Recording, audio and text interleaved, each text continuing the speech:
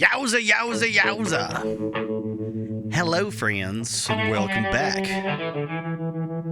Once again, to a thing I've chosen to call A History of Rock and Roll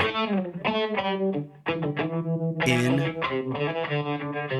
Film and Rock and Roll. You may call it what you like. Now, if you've been along for the ride so far in the Van Halen saga, you're probably used to a very unorthodox, weird format of podcasting, and for that, I thank you for hanging in through it all and absorbing it and accepting it with your passive or active acceptance of everything I do being your new normal for entertainment, and everything else that isn't exactly like what I do falls short from here on out. That is what I am taking away from your return to the show. I believe this means that you have confirmed I am the best thing, and all of the things that aren't like what I am doing are inferior, even if you continue to patronize them, which I understand. It's hard to let go of the old ways. We're going to go, I think, deeper into some very specific events today. And if you're, if you're one of those people that likes more of a longer narrative than the choppy sound bites of specific little wacky events in a band's history, then today is for you.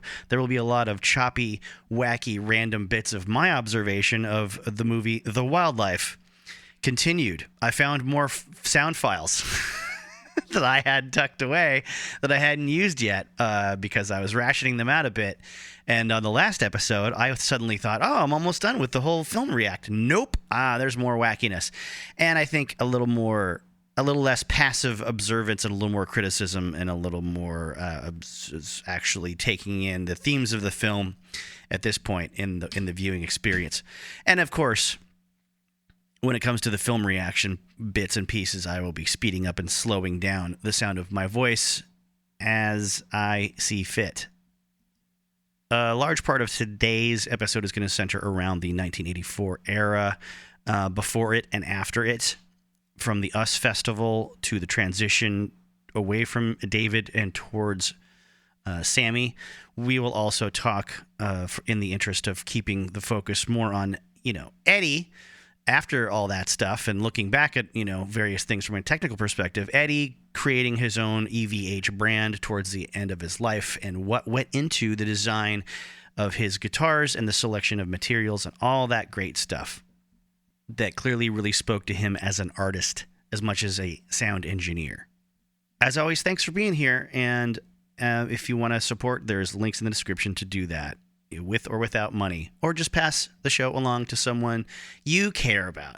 Now let's get to it.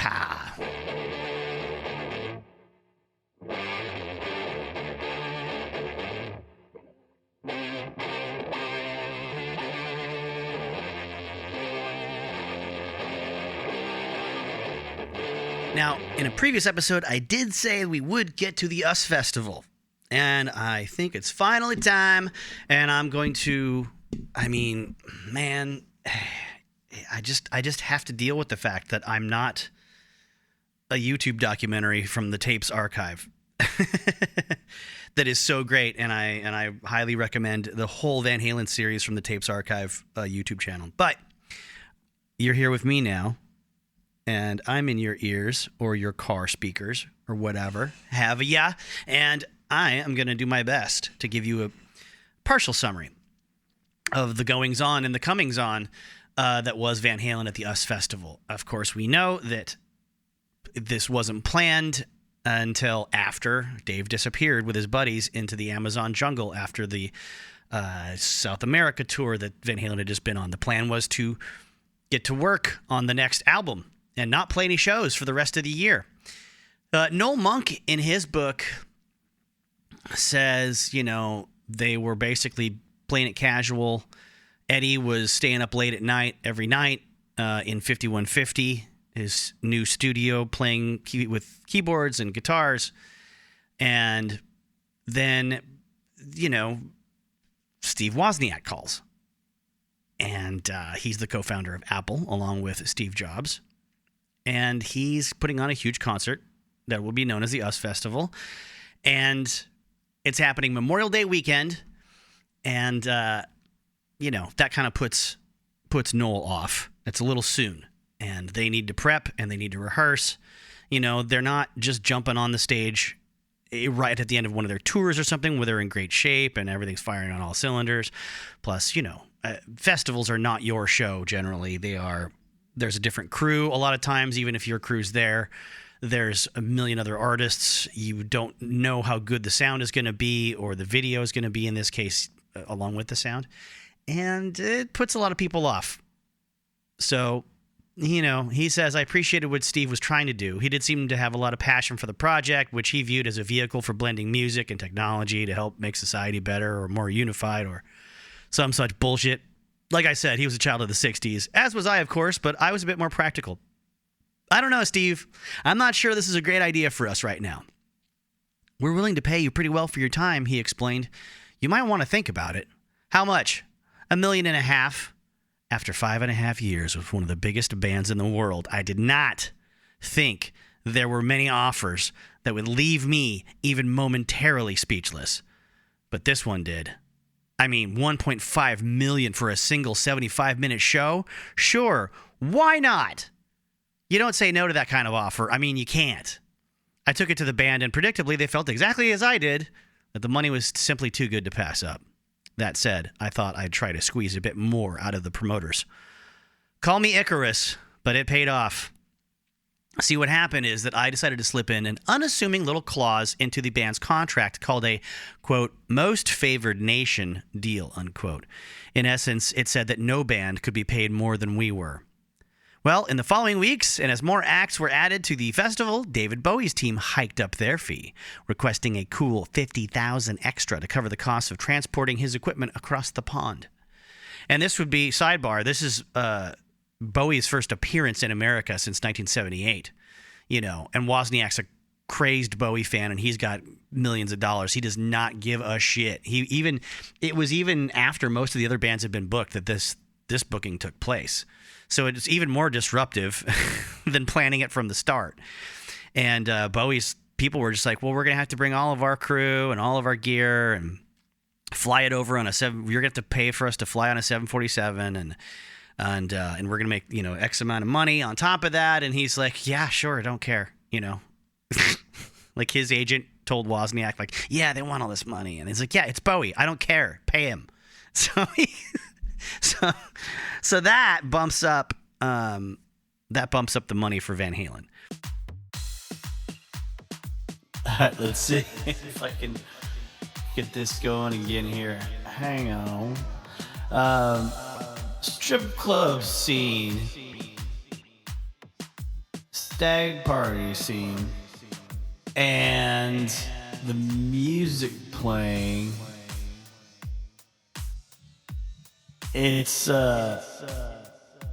really, really kind of basic hard rock party music stuff, but it's like, it's just so bland. Like it doesn't have an edge to it. Doesn't have like a Rat or a Motley Crue kind of dangerousness to it. Now, as Eddie has pointed out, they spent about as much as they made, if not as much as they made at this show. Eddie is not like happy in retrospect about like this thing that people love to talk about and bring up, and like, to him, like the bright side of it all was like, well, we got ourselves in the Guinness Book of World Records. We sent off the information about the show and how we were the highest paid band and stuff. So he's pretty down on the whole thing, kind of. So Noel goes on to say, Wozniak called me up to tell me the good news. I couldn't have been happier. With the wind beneath my wings, so to speak, I felt like nothing could bring me down. The truth was, I did indeed fly a little too close to the sun. The US Festival, it turned out, was significantly more work and expense than we had anticipated, and we were all nearly clipped. There was a rehearsal space to rent, merchandise to prepare, a stage set to design. We couldn't just show up at the US Festival in front of 100,000 people and simply go through the motions like it was a club date. When you take a record-breaking paycheck, you're supposed to put on a record-breaking show, or at least a memorable show. And memorable it was, although not exclusively for the right reasons. But the preparation was actually kind of fun. We were excited to be part of the event, and not just a part, but the headliner on a day that also included Ozzy Osbourne. So that was kind of cool. In just a few short years, we had gone from opening for Ozzy, well, opening for Black Sabbath, right? Unless they did some tour where they opened for him on the Blizzard of Oz run, which I don't think they did. Call in now if I'm wrong, please. Call. 8th caller gets a free bumper sticker. And tickets. Free tickets to the next Double Cross Committee show. So, let's see. I don't believe he was even paid half the fee Van Halen received, Noel Monk said. Everything about my life was pretty fucking great during this short but wonderful time. I was the manager of the biggest band in the world. And for a change, everyone was getting along. Well, I mean, maybe that's because Eddie's at home doing what he wants to do, and David Lee Roth is in the Amazon jungles doing what he wants to do, and they're not seeing each other or talking to each other. Maybe that's why everyone's getting along. I don't know. I'm not a therapist. For me, it wasn't just professional contentment. Oh, yeah. Stuff about his personal life. Whatever. So he notes that Van Halen was going to appear on the third day of the event. The other acts were allowed to sell their merchandise only on the day they appeared. But I negotiated, without much fuss, into our contract the right to sell Van Halen gear. Aha! On each of the first 3 days. We didn't bother with day 4. Not a lot of overlap between our fans and fans of Ricky Skaggs. And I think John Cougar or something like that. Between merchandise, rehearsal time, and equipment prep, we went nearly $100,000. We spent, not we went, preparing for the US Festival. You know, I mean, they had like 6 days of rehearsal with full lighting crew, stage crew, and paying a facility and moving trucks into the, to the rehearsal area, and putting all that stuff, paying the crew to put all that stuff back on the trucks and take it to the US Festival as well. So, not to what extent, I don't exactly know. I don't think they brought necessarily every piece of lighting and stage rig to the US Festival that they might have rehearsed with. I don't know, but they had to pay people that whole time anyways. He said, having been off the road for a few months, the guys were relaxed and excited about performing. What could possibly go wrong?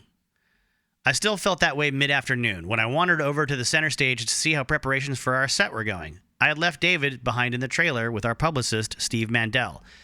David liked to drink a little before going out on stage, but he rarely imbibed so heavily that it affected his performance. I mean, at this point, he's supposedly running 10 miles a day, right? And none of the other guys in the band are, by comparison.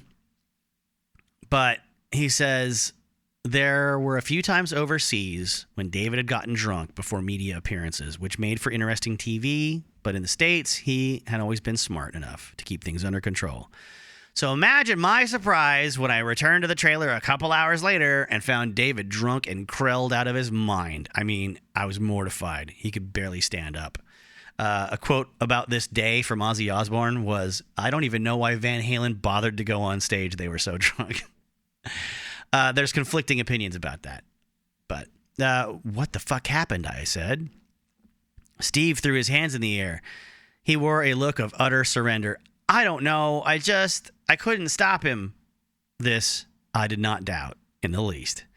If David wanted to get fucked up, he was going to get fucked up, and there was no force on earth that could stop him. The thing was, in the past, David had always known when to pump the brakes. You partied after the show, not before the show, and certainly not before the biggest concert of your career. To put it mildly, this was not a good night for me or my band. In front of a couple 100,000 people and the largest collection of media ever assembled for a concert. And if you haven't seen the photos, check the photos. Go online, look up US Festival Van Halen or US Festival 1982, and see the shots from the sky. Like, it is nuts. It is like a Southern California kind of Woodstock looking thing.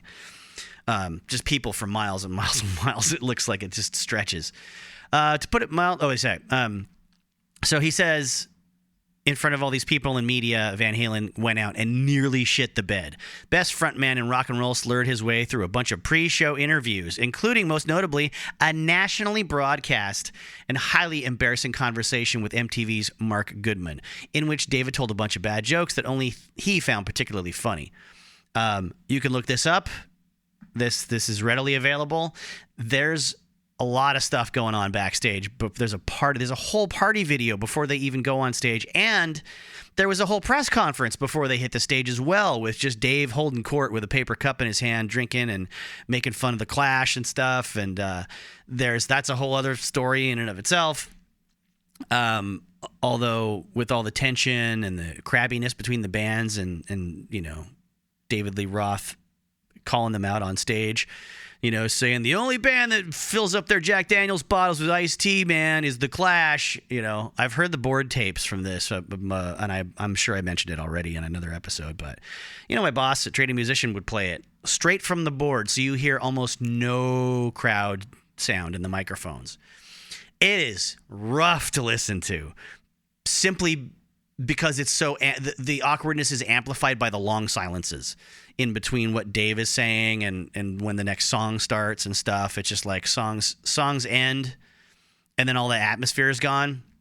You know, there's no ringing cymbals, there's no reverb guitar kind of sound or echo or whatever, no bass filling out the sound, and you just hear silence, and then you hear, "Oh, you are all number one, man!" You know, like some USA chants, I think, if I remember right at some point. It was just such a, like, everyone's the best. Oh, wait, who says that? Oh, man, not me.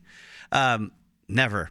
But it's very silly, and it's very, like, just David Lee Roth bluster, unfiltered, unadulterated, and just unsupported by any atmosphere in the tones and the sound. It's rough. We found out since the previous scenes now that Leah Thompson's older cop boyfriend is a statutory rapist because she is underage. Well, I don't know. I guess it depends on what the age of consent is in this state where it takes place. But, you know, her girlfriend's like, yeah, your cop boyfriend could arrest you for being underage. And we've seen quite a bit of female nudity, of some nice looking female bodies. When we've gotten to this section of the movie so far, we've seen Nancy Wilson of Heart. No, we didn't. Not yet. Hi, it's Jay in the present time. Now back to me in the past, being wrong. Laying around the pool in a bikini with her and her nice looking friend shooting down one of our heroes, Eric Stoltz. So far, I mean,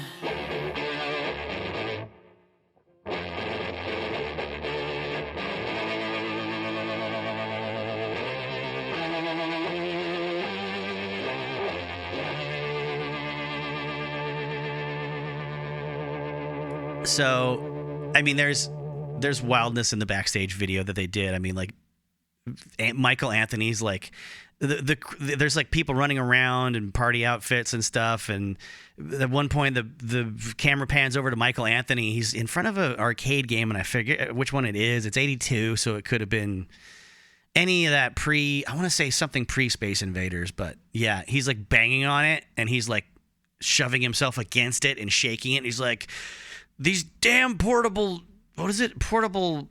drinks dispensers, this portable bar. Oh, he calls it a portable bar.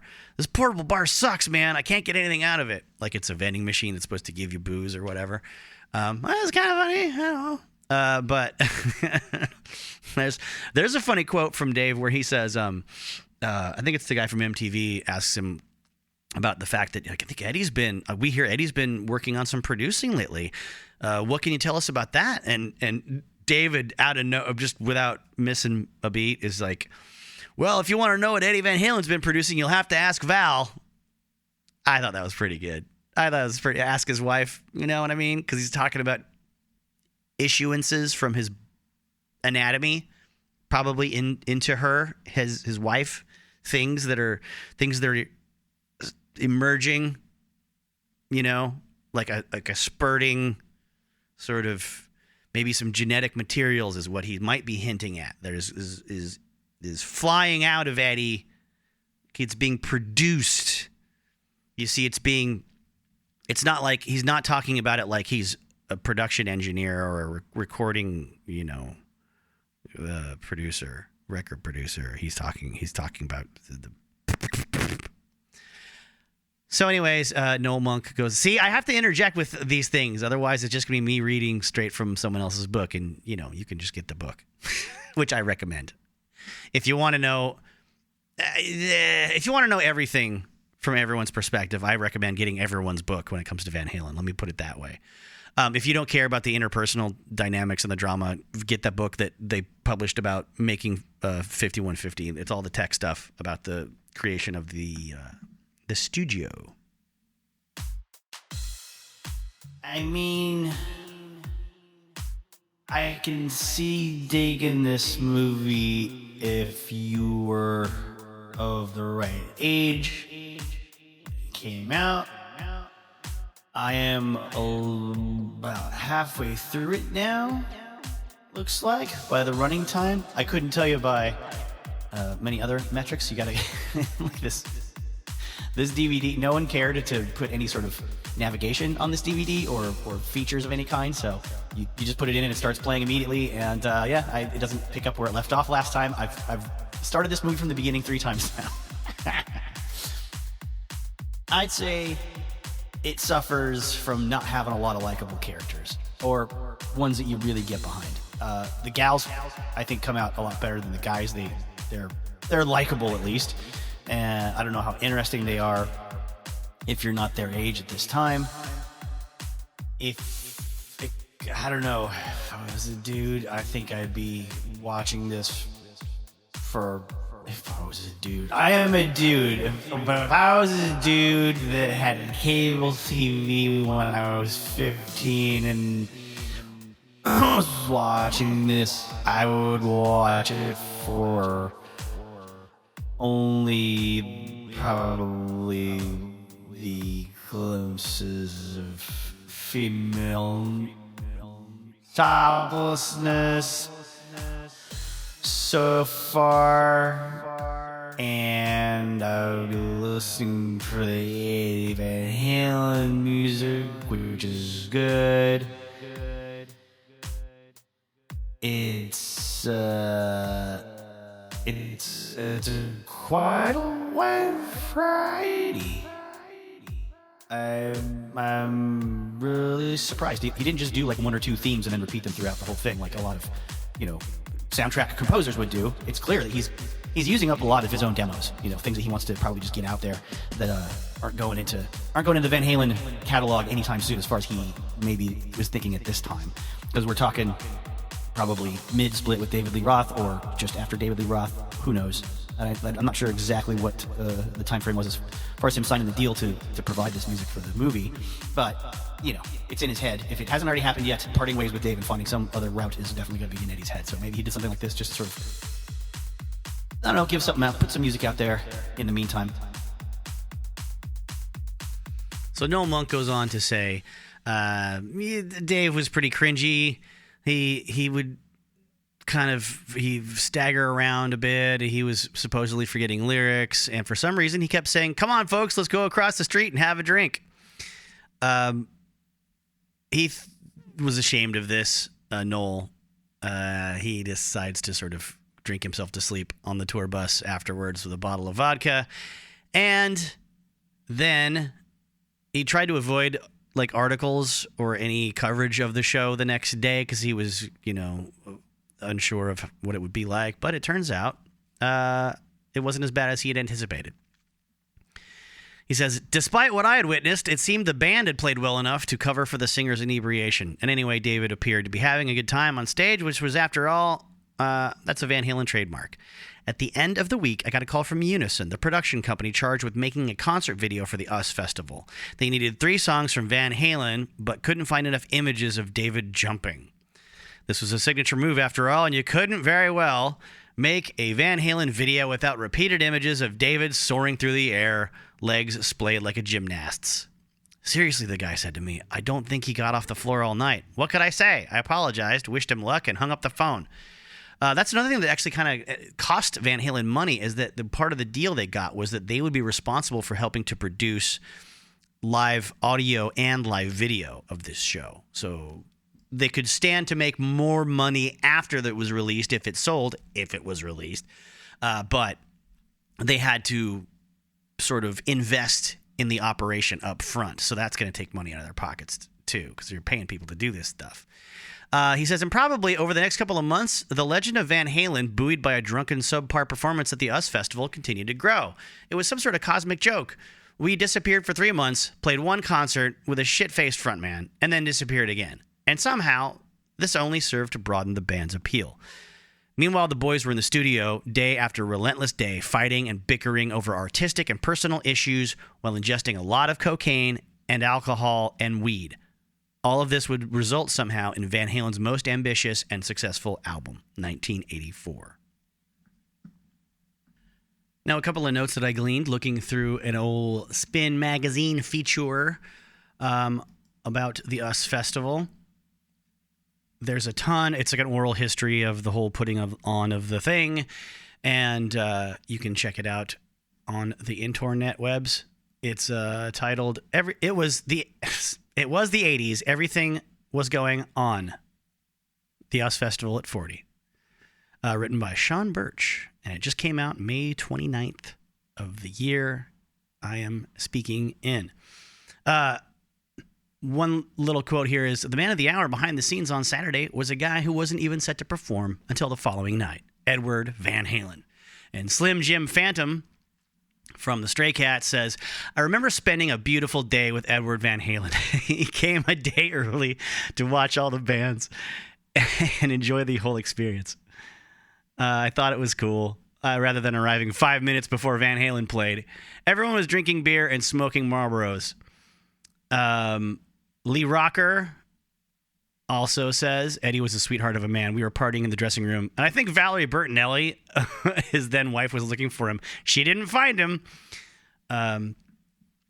Let's see. Guy named Score. Someone's last name is Score. That is... I'm scrolling back up to see. Brian Setzer. No. Mike Score, lead vocalist and keyboardist of Flock of Seagulls. That's who it is. Says, I felt really lucky. I got to actually meet Eddie Van Halen. I can't talk when I'm happy. It's tough. It's tough to read nice things and try to not be joyful about it. I just met him for 10 minutes, but that was it. And then my manager's like, come on, we got to go back to the hotel. We got to get packed. We got to get it ready for our flight, you know. I was like, hang on. I'm talking to Eddie Van Halen. Our manager said, I don't care if you're talking to the Queen. Come on, we've got stuff to do. But it was great, man. I mean, what a memory. There's also a bit of a bit of backstage ska about, after all the tension between the Clash and Van Halen and the griping. Well, not after. I don't know where it falls in the lineup of events. I know there's some tension, bad blood, some public griping between the Clash and some other bands, including Van Halen. And at one point, Eddie just showed up at their doorstep, just knocked on the door of their trailer or wherever they were staying backstage, and just walked in and opened his arms and smiled like, here, I'm right here if you wanted to kick my ass or whatever. And I think Joe Strummer just went, had a beer with him and they were fine. But that didn't, I don't know if that's before or after David Lee Roth had his little press conference. Clash had their own press conference. Apparently, Brian Setzer of the Stray Cats walked over to Paul Simonon, the bass player for the Clash, while it was going on, because he was sort of off to the side and not taking part. And, Setzer's like, what the hell are you guys doing? You're supposed to be on stage like an hour ago, aren't you? And Paul's just like, I don't know. This is sort of like, well, this is happening. As far as the backstage party with Van Halen, Michael Anthony says we had a big backstage setup and we had a lot of guests. That was one big party. Motley Crue back then was just coming up, and Tommy Lee came up to me with a bottle of Jack Daniels in his hand in the middle of the afternoon. Come on, dude, fucking A! I'm like, brother, I'll drink with you, but let's wait until tonight to really go hard. A quote for David Lee Roth during his little press conference: "The Clash are having a lot of troubles, man. They're trying to save the nation. They're trying to implement cultural exchange and change.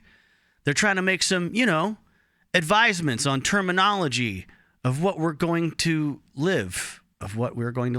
Okay. And they have a new drummer, so they have their hands full out there. What can I say?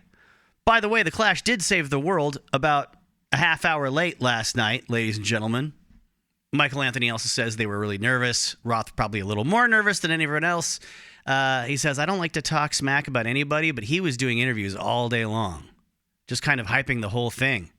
And Dave was drinking Jack and whatever. He was pretty well plowed. Like, it's weird. It's funny. Like, you don't need to promote that you're at the festival. You're the biggest band that day. You're getting paid the most. You don't need to hype it up. You don't need to blow out your voice talking in front of microphones all day, Dave. But I guess he wanted to be the thing that everyone remembered, and that sounds like pretty much in character. And Michael Anthony says, you get caught up in the whole freaking festival and the tour thing, and the next thing you know, it's kind of like, oh my God, we got to go on in an hour.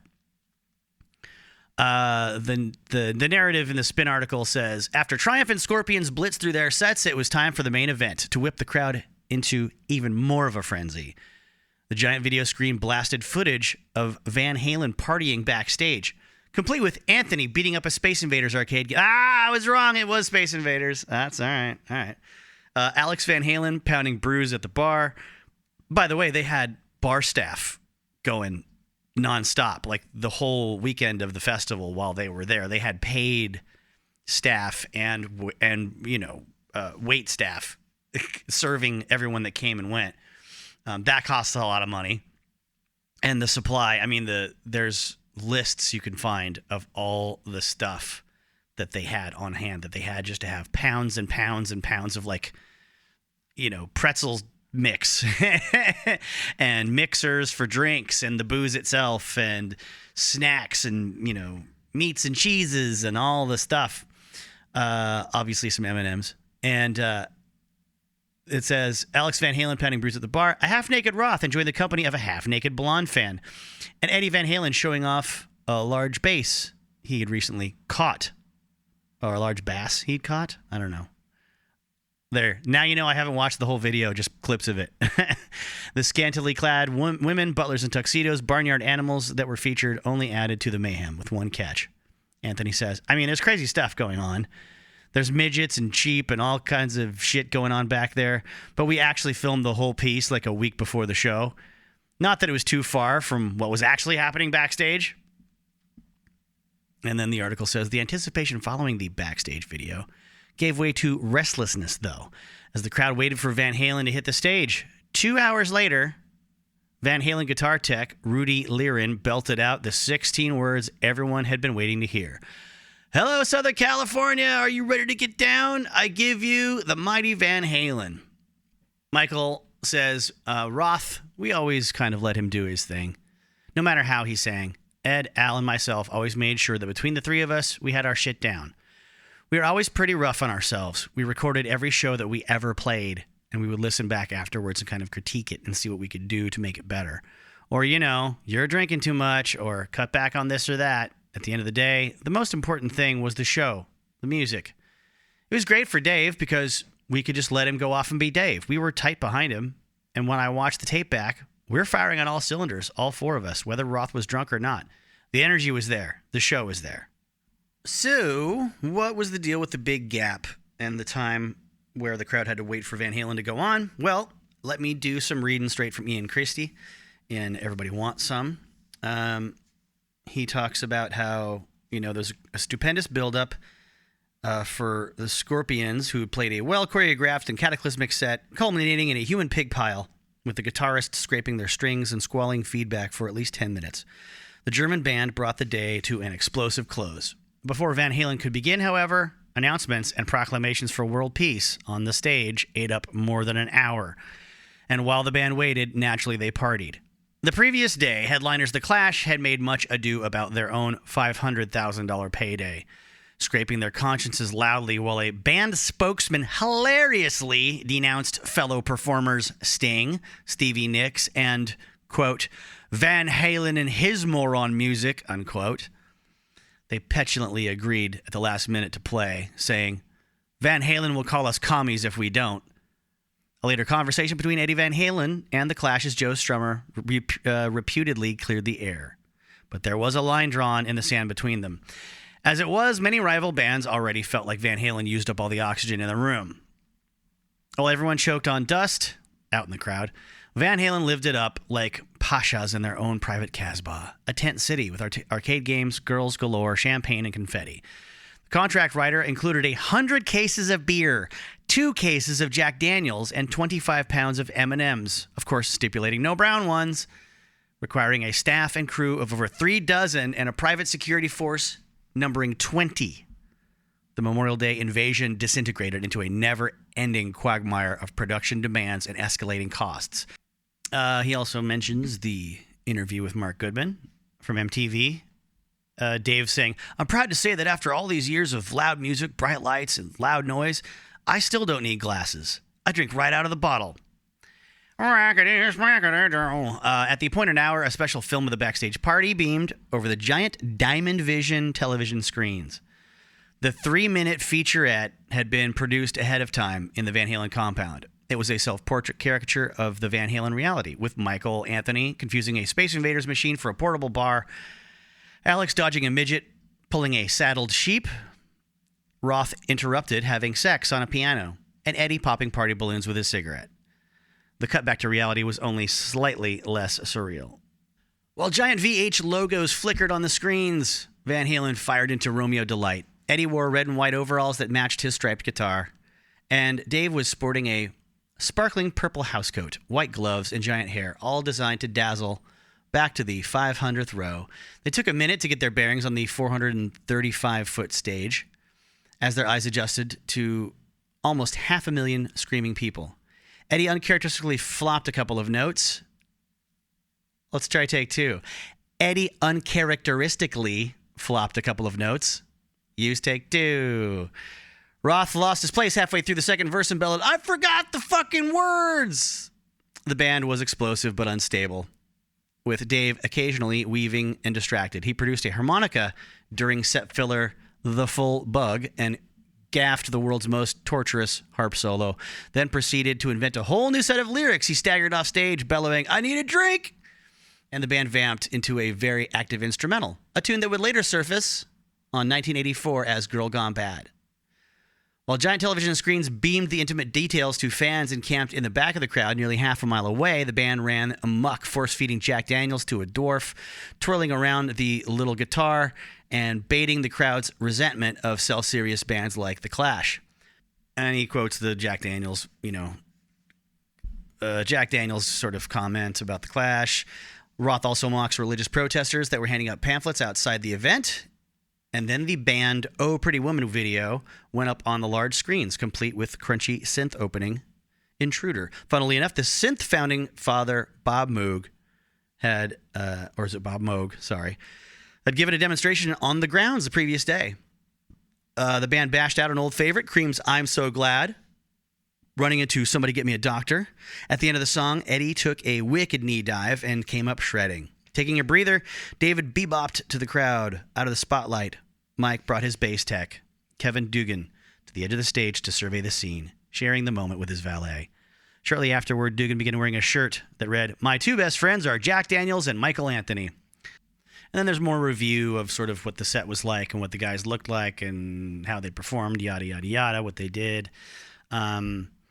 The set lasted just under 2 hours. Meanwhile, heat, dehydration, lack of bathrooms, and metal fatigue thinned the crowd considerably before its end. More people were arrested here today than the whole last year. Dave congratulated the crowd to uproarious approval. In fact, 2 people died. According to the New York Times, concert goers were so fired up on their way home that they tore down the fences surrounding the event and rammed their cars into police cruisers. Holy shit. They even hit a horse, a deputy said. No, that's not cool, guys. The local sheriff told the press he hoped Van Halen would never come back to his county, a tin-plated recommendation for any outlaw.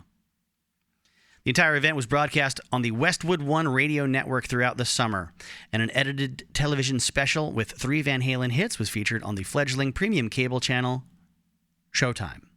You thought I was going to say something else, didn't you? When the dust cleared, Heavy Metal Day at the US Festival had cleared.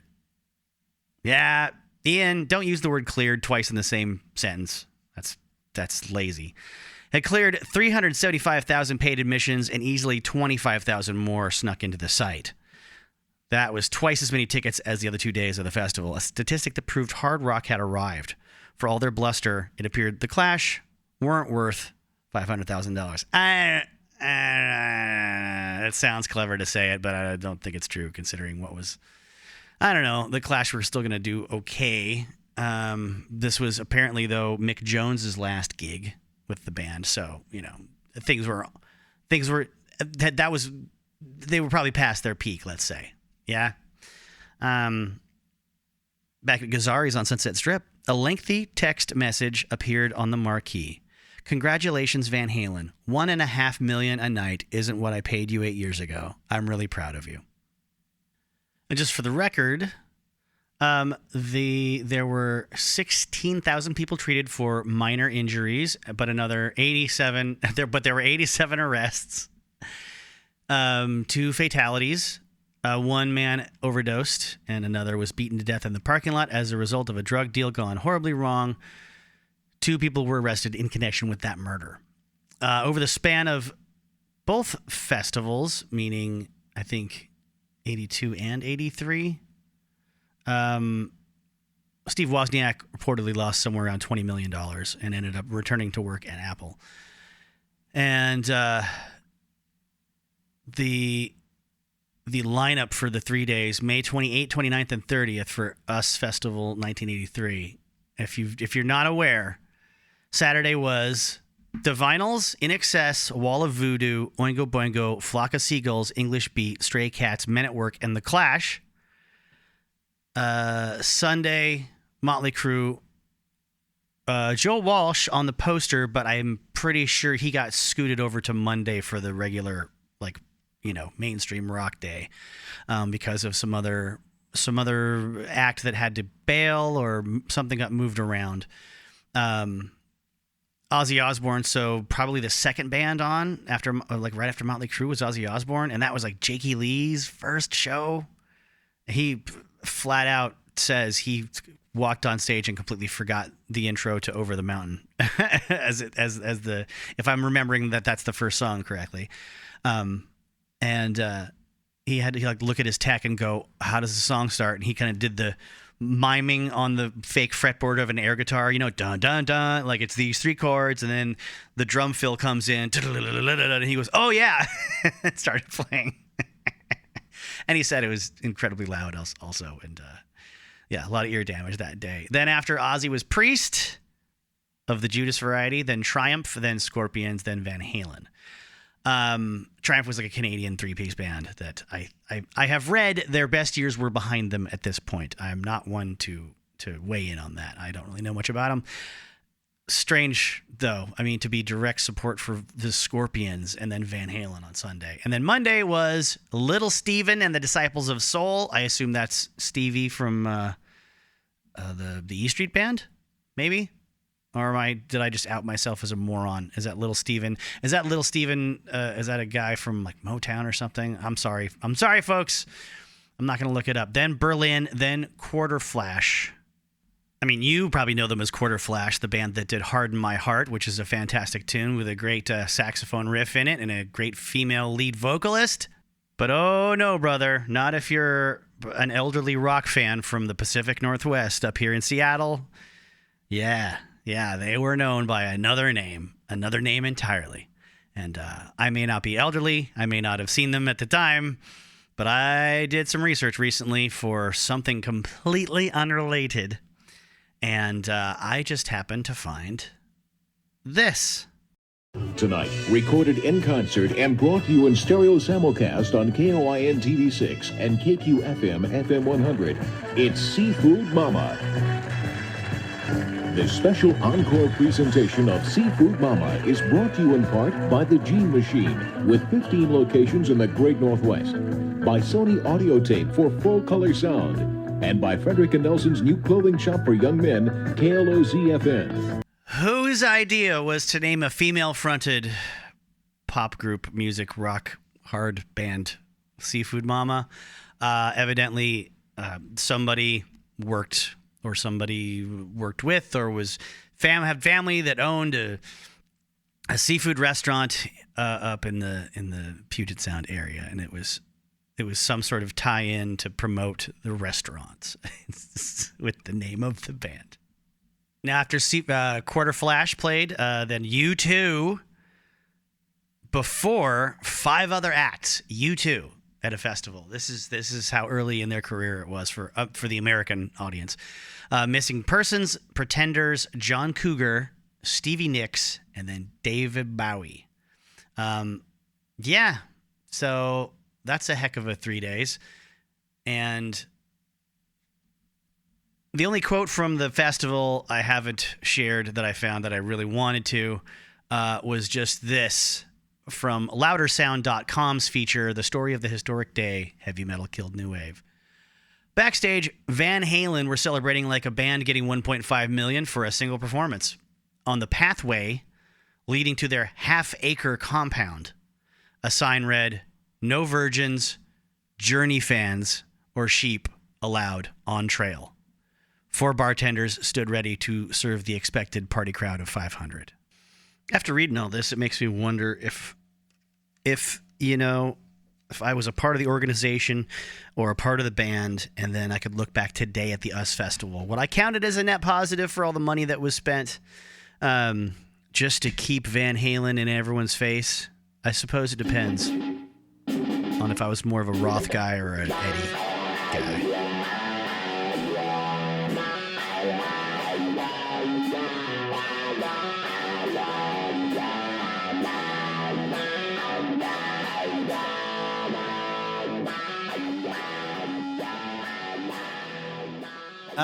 Yeah, nice guy Eddie, Sean Penn, not fun.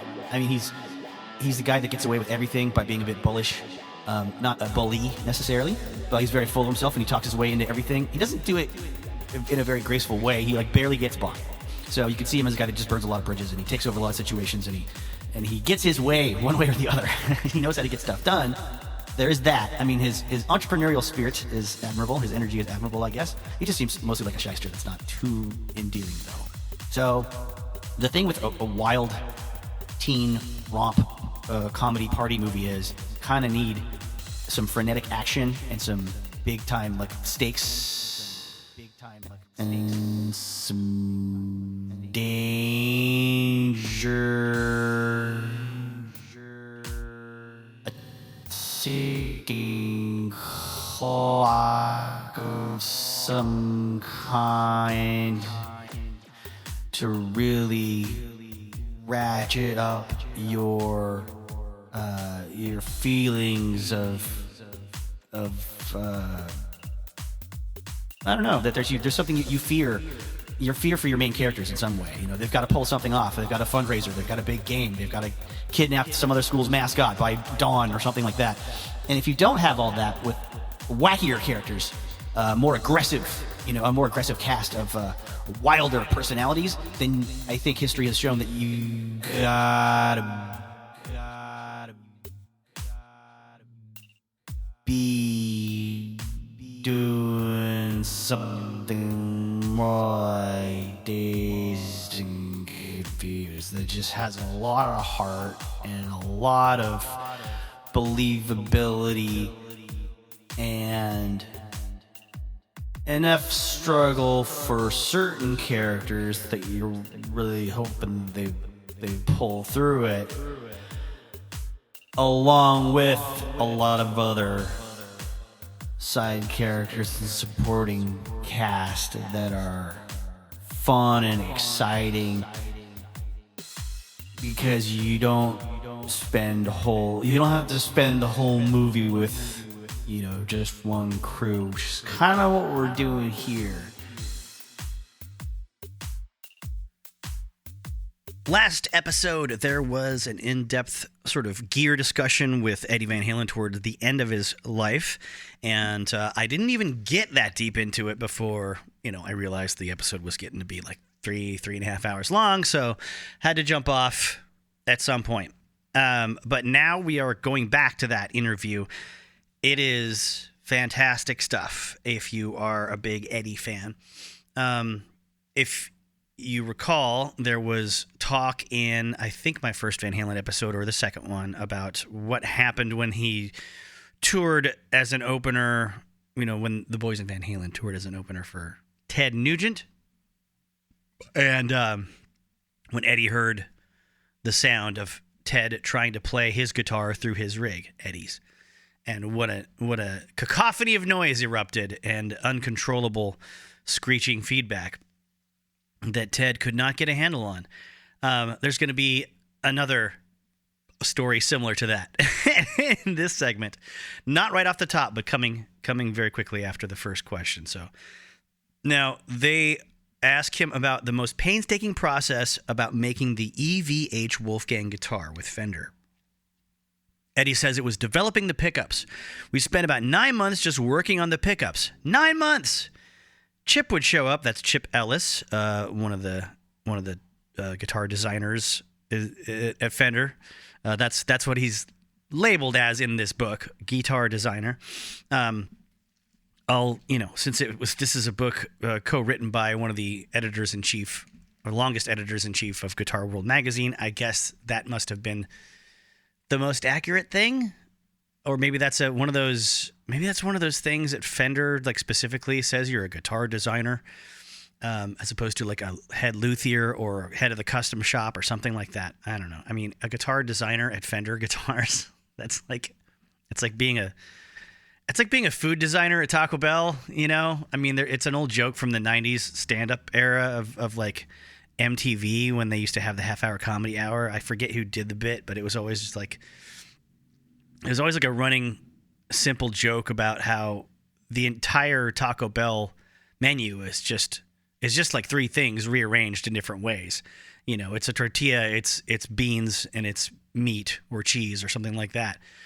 Sometimes you wrap it up, sometimes you deep fry it, sometimes it's on a crunchy shell, whatever. Fender guitars have been perfect since 1950 or earlier. I mean, all right. Pushback, yeah, fine. Yes, they have plenty of... I'm not saying everything they did was perfect. I'm saying they kind of nailed it at the very beginning as far as the components goes. Just like Fender amplifiers, just like a lot of other companies. We want the thing that made you famous. We don't want the new version of the thing with the crappier parts and the and the wackier designs necessarily. We want we go to wacky guitar companies for the wackier designs. Anyhow, that's a whole imaginary conversation I shouldn't be having with you.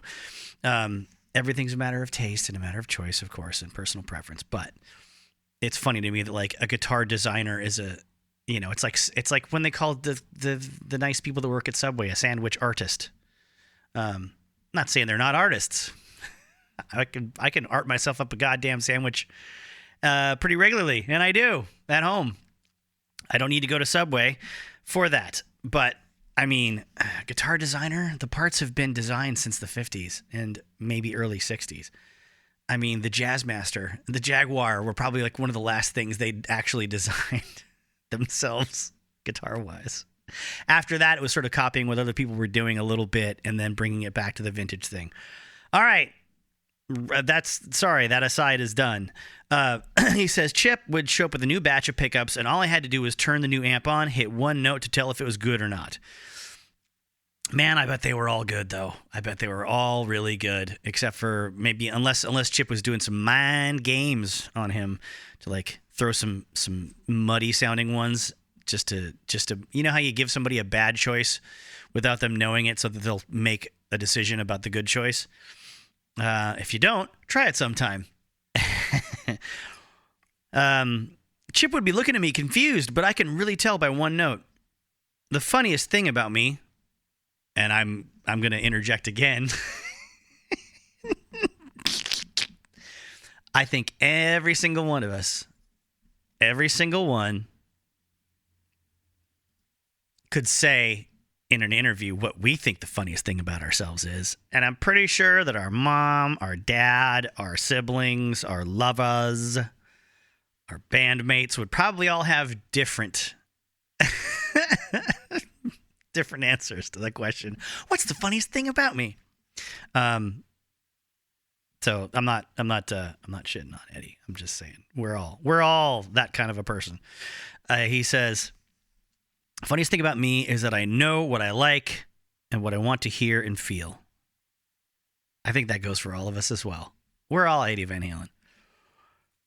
To explain sound to someone is like trying to explain color or like trying to explain what something looks like to a blind person. It's a very difficult thing. Over and over, I would say, it ain't hitting me in the gut. It was either too shrill in the high end or too muddy. Eventually, anybody will hear it once they develop a good ear, but the feel is what's really important. The tonality has so much to do with how easy it is to play.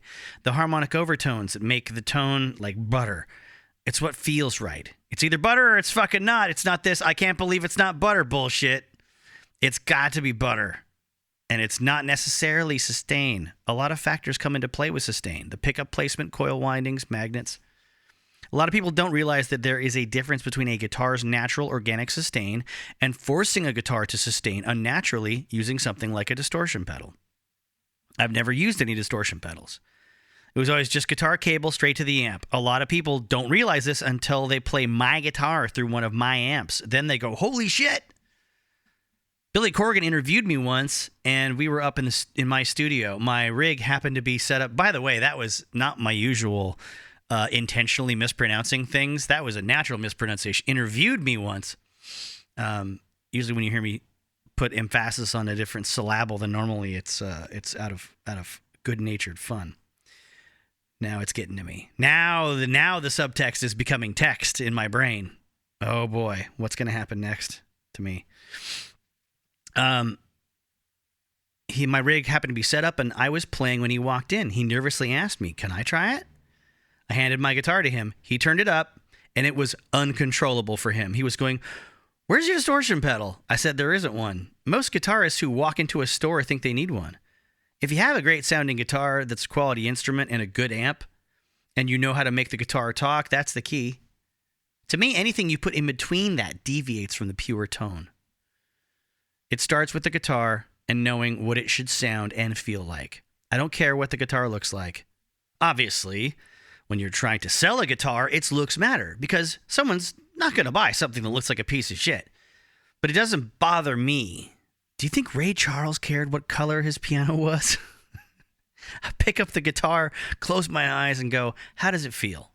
When I first picked up the first two Wolfgang production models, they felt better than the main Wolfgang prototype I had used on the whole 2007-2008 tour. This guitar is the shit. In the beginning, Chip was trying to feel me out and understand those little crazy things that I spew out when trying to establish a rapport and communication. It's a real supportive thing. There's something to be said for the team that you guys have formed. I think it's one of the smartest things that you did was to take the guitar out on the road on the biggest tour of the last 2 years and road test it. That's a very bold move. It had to be done. I don't let anything out unless I've dragged it around the block, taken it out on tour, beaten the living shit out of it. It's like a Formula One race car. You don't want to go on the track with a wheel bearing that's going to go bad. I'm doing 275 miles per hour on stage, and I don't want a wheel bearing going out. And that happened. At the same time, the painstaking effort that we took starting from scratch alleviated a lot of problems, which gave me the confidence to take it on tour. The tweaks that we did on the road were very minor because of all the preparation that we did. What were some of the developments that came out of the road testing? The toggle switch, the improved jack plate, and certain parts of the tailpiece. The nut screws, the volume pot, because when I'm playing Cathedral, most pots freeze up when I'm doing volume swells. And he's talking about basically getting stuck or jammed when you're turning the volume control in a very, fast sort of way to make those wonderful Eddie Van Halen, car coming at you sounds, or, some airplane taking off sounds, that kind of thing. There's plenty of guitar components. That part is like anywhere from $5 American to $15 to $20, $25, depending on how much you want to spend on the thing. As John Reuter, head instructor at the Roberto Van School of Luther, he told us, if you kids want to spend the same amount of money on a volume pot as the potentiometers that they put in the NASA space shuttles, you're welcome to do that. But I don't know that it's going to make your guitar sound any better. The most expensive ones I've ever put in were sealed. They have no gaps in the casing. They have no way for dirt to get in. And they felt pretty great. They were on this guy's original Bernie Rico BC Rich. That was a beautiful guitar. It was fantastic. And those pots were pretty slick. And I think he didn't buy them from the store I was working at, so I don't know how much they cost. It's probably like $30 though. So that component's a big deal for Eddie. It's got to be smooth. It's got to be frictionless. And a lot of guitar players, if you want to achieve that in your volume control or tone control, if you're doing the wah-wah effect like Rory Gallagher used to, if you want to be able to move that thing faster with less friction, get in that control cavity with some spray cleaner, some electronics cleaner, and hose out those things. Find the gap in the control housing and just spray it, or even try it in a pinch. I had to use like alcohol to clean one time in an emergency. I didn't have the right stuff, but there's a gel usually inside those potentiometers that gives you a smooth kind of a friction, so you can turn it up and down slowly and leave it in one place. If you're not going to leave it halfway open every now and then, you don't care, you just want it to be all the way open or all the way closed, think about getting something to spray that gunk out with. There, free luthier lesson. And if you're a luthier listening to this and you're not like shaking your head with your arms crossed and leaving an angry comment at me right now because you have a better way of doing that, I am so grateful to you. So he says, this goes back to the Billy Corgan example. When he played my guitar, he would leave the volume control wide open and it would feed back uncontrollably. He said, how do you control this thing? I'm constantly turning down the volume between any breaks or pauses when I'm playing chords. The volume control is like my steering wheel. If it doesn't turn light, smooth, and easy, and if it isn't quality, I'm fucked. I have to turn that thing up and down in an instant. So with a frictionless sort of volume control, he's still great at setting it exactly where he needs it to be just by feel and by sound. That's fantastic. And that used to be standard for a lot of guitar players. I mean, when the fellas that were playing back in the swing country music days, some of the earliest guys playing Fender Esquires or Telecasters with a some Bob Wills country swing style band on a big bandstand with practically an orchestra next to them. They had their volume control turned down and they had the back pickup on. I think is that the I don't know. I never got the back and front nomenclature for bridge or neck, so I'll say neck. The neck pickup on, which is generally a little bit lower output and a little less bright sounding. And then they would flip the switch, turn up the volume for their solos on the brighter sounding bridge pickup. That was normal. That was what guys, and even in classic rock era, that's what guys that were playing big old Marshall stacks were doing. They were playing with dynamics in their hands and fingers, but they were also actively turning their volume and tone controls down during quieter parts of the song where they didn't need to be noticed all the time. They didn't have a foot some. Here we go. There's old grandpa coming out, and I'm not this guy. I love my pedals so much, you have no idea. But they didn't have like a switchboard down in front of them for I want it to. Here's a boost, Here's an EQ. Oh, here's a distortion. They had a treble booster or a fuzz at some point, and they still had to control that stuff with their manual controls on the guitar itself. If you're a guitar expert and you're screaming at me right now, I'm sorry. You're like, I know this. We all know this. Well, enjoy. Just enjoy soaking in the fact that another human being is talking to you about something that you care about right now. You're not going to get that going to a party tomorrow with your wife's friends that work in the accounting department or the IT department or whatever soul-crushing job that I wish I had right now because income is tight. And I would gladly sell my soul, but I'm just not qualified for anything that requires that kind of expertise unless someone wants to hire me to talk into a microphone for them about guitars and other things. I'll care about anything you hire me to talk about, let's say that, except maybe genocide. Where was I? The thing about guitars nowadays is that over the years, the quality of parts declined. People are slacking. I'll agree with that. I think a lot of it is shipping costs. Trying to keep the cost of parts down means a lot of components are built with crappy metal that's more lightweight and less dense. It's hard to find a toggle switch that clicks into place and doesn't wear out. Floyd Rose vibratos aren't as good as they used to be. The average person walks into a store and goes, oh, it's a Floyd, but it's garbage. It will strip in a couple of weeks. All of a sudden, you got grooves in the nut. People don't know that, but for me, that's unacceptable. Good enough isn't good enough for me, period. He's speaking the truth, folks. I have dealt with a lot of guitars over the years that have those issues.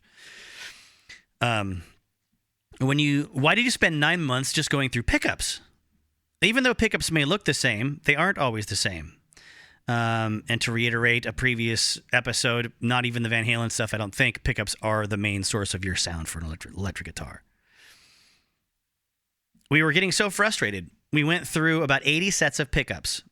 We worked with two of the biggest pickup manufacturers out there, and they busted their asses. But the Wolfgang guitar is a whole different animal. The pickups were great, but they weren't exactly what we were looking for. They were close, but no Tipperillo. That's a cigar. Ultimately, we ended up saying, why don't we try to make our own pickup? Why did that work? I think it's just because we had a lot more control. We weren't on the phone trying to tell a guy, hey, warm it up. I want more sustain. I'm not saying the other companies couldn't have done it. It just happened a lot quicker when we started making pickups here. Before we made that decision, I said, let's try moving the pickup around. It was one of our last attempts to make things work. Chip wanted to take the guitar back to the shop to route out a bigger pickup cavity.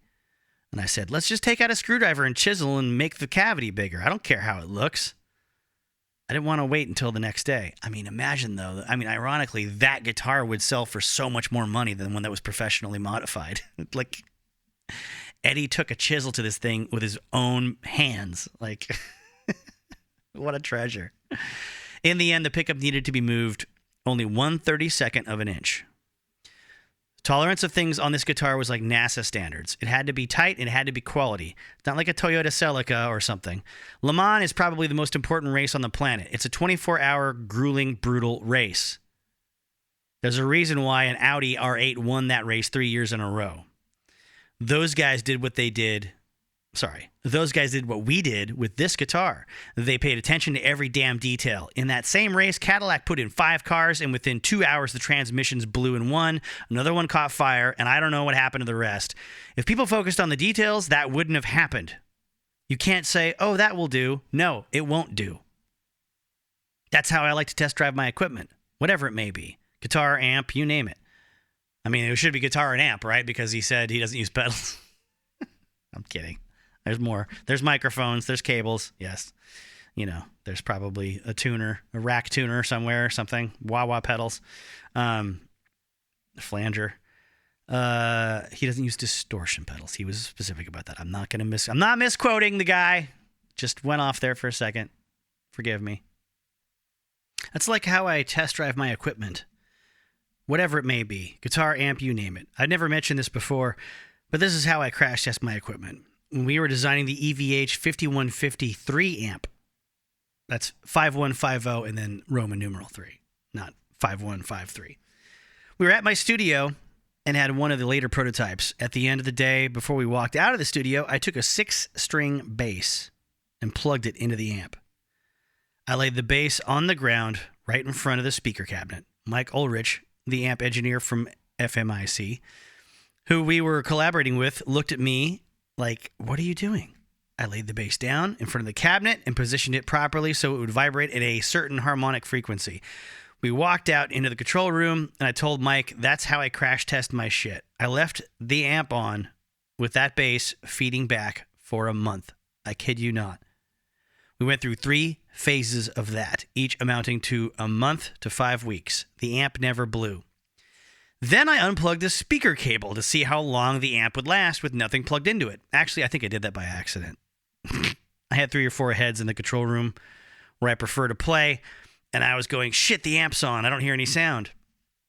Matt noticed that the speaker cable was unplugged. If you know anything about tube amp heads, they'll start smoking and blow up when you do that. Well, this amp would not blow. We don't recommend trying that, but it's good to know that if some idiot roadie goes behind your cabinets and accidentally unplugs them from the head, the amp will not blow. We did a similar test with the Wolfgang guitar. I plugged it into a 5153 half stack and left it feeding back, thinking that making the wood vibrate would make it age quicker. Maybe there's some truth to that, but after a few weeks, it didn't make a damn bit of difference. The paint and other details had a bigger effect on the sound. I don't even know if many people can explain or hear the difference, especially if they use some type of device between the guitar and the amp. Then it's not going to matter what type of pickup you use. But these pickups will even make that stomp box sound better. It covers the whole dynamic range from every nuance, articulation of playing. It's easy to play, and it has the sustain, harmonics, and feedback that you want. That's how I can tell just by hitting one note. If it takes too long to feed back, if it's not picking up the right frequencies from the string. All right, that was a whole lot of tech talk all at once, and there's more to come from this same interview, but I will leave off for now. I don't care about Eric Stoltz and his pursuit of a new adult life, and I don't care about Chris Penn's attempts to horn in on that. There's gonna be, I think, a big old destructive party scene later that should be fun and silly. Don't care about the little kid that's obsessed with Vietnam, but we haven't met his older buddy Charlie yet. That'll be something to look forward to, I think. I'm sure there's going to be probably a good performance coming up there. But yeah, it's a cute movie so far, I guess. Cameron Crowe has a way of like making these films for young people or about young people in a town that I just don't like. I never like this and Fast Times do have a lot of similarities to them, but it's a lot less charming than Fast Times. Even though this movie has some other things, I don't know, other things in its favor that Fast Times doesn't.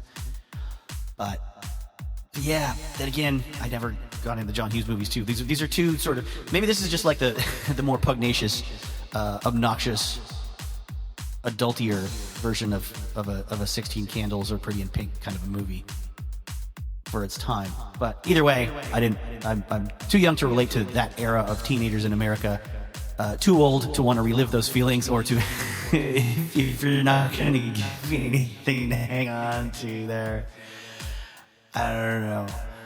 I have a feeling we're gonna see some bad times coming for poor Leah Thompson and her shitty cop boyfriend. And maybe she'll get back together with Eric Stoltz by the end. I don't care if they do, though.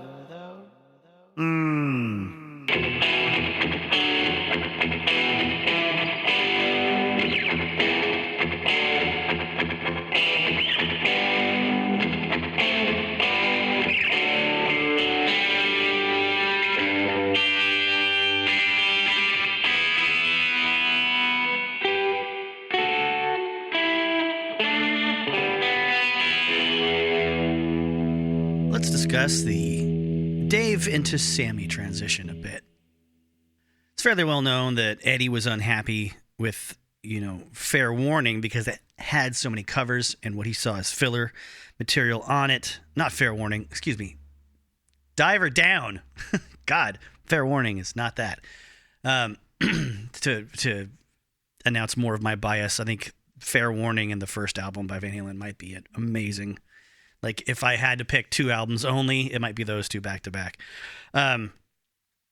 So, his attitude towards covers was not super positive. And by contrast, once they came off the 1984 tour, Dave really wanted to put out a selection of covers that he had been, sort of hankering to do for a while.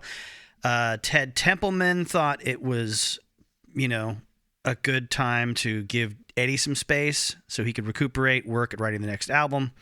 And Roth approached Templeman about recording a solo EP of cover songs that, really didn't have any place in the Van Halen, to-do list. And Templeman would say that Dave and I both agreed about its parameters. We'd avoid anything that sounded like hard rock.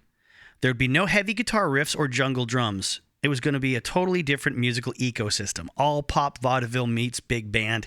It would be the opposite of Van Halen. At the time, I saw all of this as beneficial when it came to the future of Van Halen. I figured this would help Dave get this stuff out of his system and give him a clean slate from which to start the next Van Halen record. If I had gotten even the slightest sense that he saw this as step 1 of David Lee Roth's post-Van Halen solo career, I wouldn't have done the record. I never ever wanted to do anything to threaten the future of Van Halen. I can't emphasize this enough. So it is one of those events that Van Halen fans kind of like to look at as an easy sort of reason or a very obvious event to point to for driving the final wedge between David and the rest of the band. The Crazy from the Heat EP that had 2 big hits on it, California Girls and Just a Gigolo. But they assert in the Eruption book that is not the case. It was not a problem that he had this little outside project, especially seeing as how, Eddie had done Beat It for Michael Jackson and worked on the soundtrack to The Wildlife with engineer Don Landry. There's even an interview from 1985 with journalist Stephen Rosen where Eddie talks about the recording itself. He says, I think it's something he's always wanted to do. It's great he's actually doing it. I don't think he's out to prove anything. I know it will be good for him personally and his own self-satisfaction when it takes off in the way that I expect it will. I seriously want the best for it. In the same way he'd want the best for me or Al or Mike if we did anything outside of the band. So what was it that created all the turmoil? Well, evidently, it was when CBS Studios offered David Lee Roth $10 million to write, direct, and star in a film tentatively titled Crazy from the Heat. He had co-directed 5 of, not all for Van Halen, 5 videos up to that point for MTV, 3 for Van Halen, and 2 for his solo stuff. And Prince had just grossed $70 million for Purple Rain. That was a movie made for a $7.2 million budget, so very profitable. But Dave's script didn't quite have the charm of his short-form material. The book, Eruptions, notes a draft can be readily found online. And the movie never gets made. While he was developing the project, he made it clear that the movie would take priority over the band. Naturally, Ed and Al were insulted, says the book. For the brothers, Van Halen was blood, and blood always came first. It was an idea that had been ingrained into them ever since they arrived in America. As Ed once said, all my energy goes into Van Halen. It's my family. I'm not going to leave my family until one of the members passes on. So there were a lot of attempts to, record with Dave after this for new Van Halen stuff. That didn't really yield anything very inspiring. There was a lot of heated arguments, and according to David, the chemistry had turned rotten. Dave also made no bones about the fact that he did not like the creative direction Eddie Van Halen was going in with his, quote, melancholy power ballads, especially ones that were synthesizer-driven. Not Dave's thing.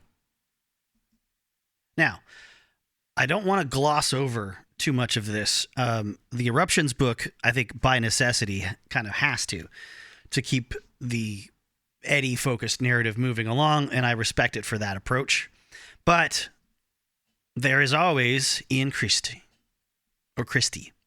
or Christ. And in his Everybody Wants Some book, there's a ton of great info about this period. I mean, there's tons of great info about Van Halen, period, all the way through it. And I want to read directly from some of this because we're talking now about the Crazy from the Heat era David Lee Roth behavior. This is, after he recorded it in a month and, the record was assembled in a month and recorded in 5 days at the power station in New York. He walked to the studio every day, taking in the action of the city streets. And, the text goes on to describe what happens in the videos for stuff like Just a Gigolo. You can check those out. But then it says, Roth was David Letterman's first guest of 1985. And while the two self-deprecating Hoosiers sparred comically, Roth denied he would soon leave Van Halen. I've got strong tribal instincts, and we'll be going to the studio sometime in the next month to start arguing again. He claimed Van Halen would release a new album in 1985, and he gagged about why Van Halen had never done anything like Crazy from the Heat. When in doubt, blame the drummer.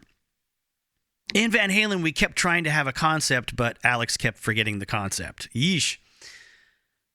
Van Halen were rehearsing for their next album, trying out tracks Summer Nights, Get Up, and Eat Thy Neighbor. They toyed with the idea of releasing a live album, a chance to showcase unreleased material, yet progress was tough. Roth was becoming increasingly unavailable, constantly doing interviews about Crazy from the Heat.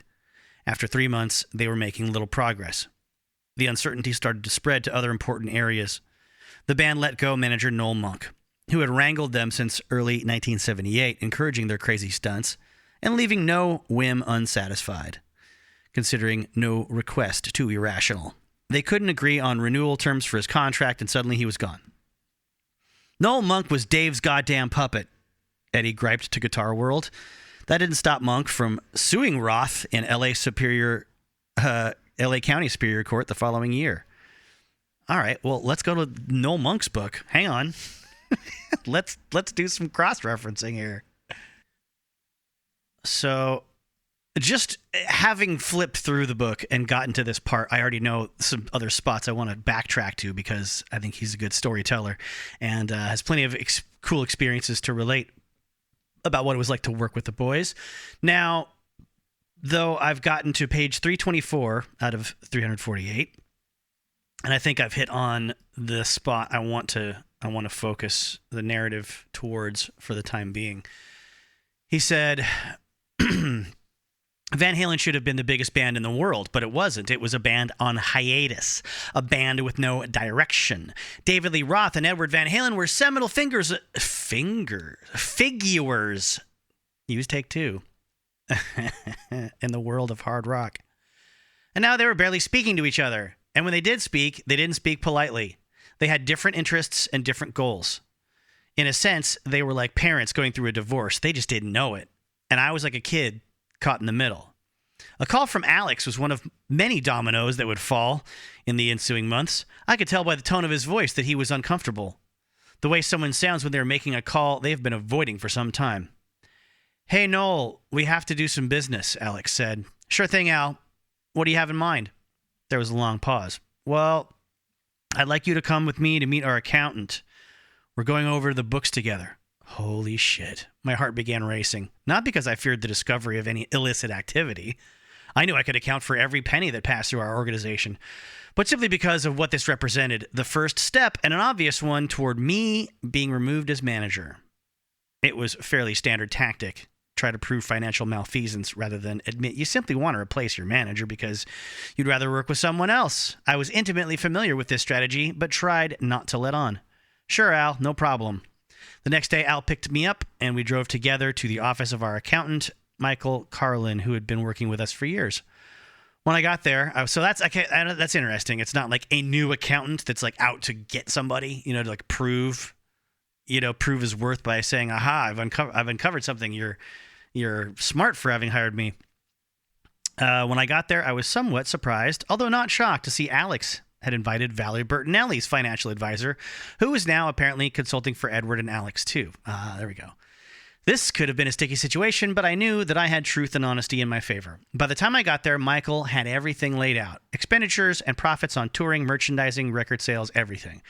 And As he and the money man went over the figures, it became apparent that there wasn't so much as a nickel out of place. Not only that, but when the numbers stare at you that way, they don't lie. Wow, you guys have done really well, Michael said. The money man nodded in agreement. Al just sort of sat there looking bewildered and vaguely unhappy. I'm not sure exactly what he expected would come of the meeting, but he couldn't have thought they'd be placing a gold star on my forehead. Yet that's basically what happened. We made uncomfortable small talk on the drive home. As I got out of the car, Al smiled and thanked me for my time.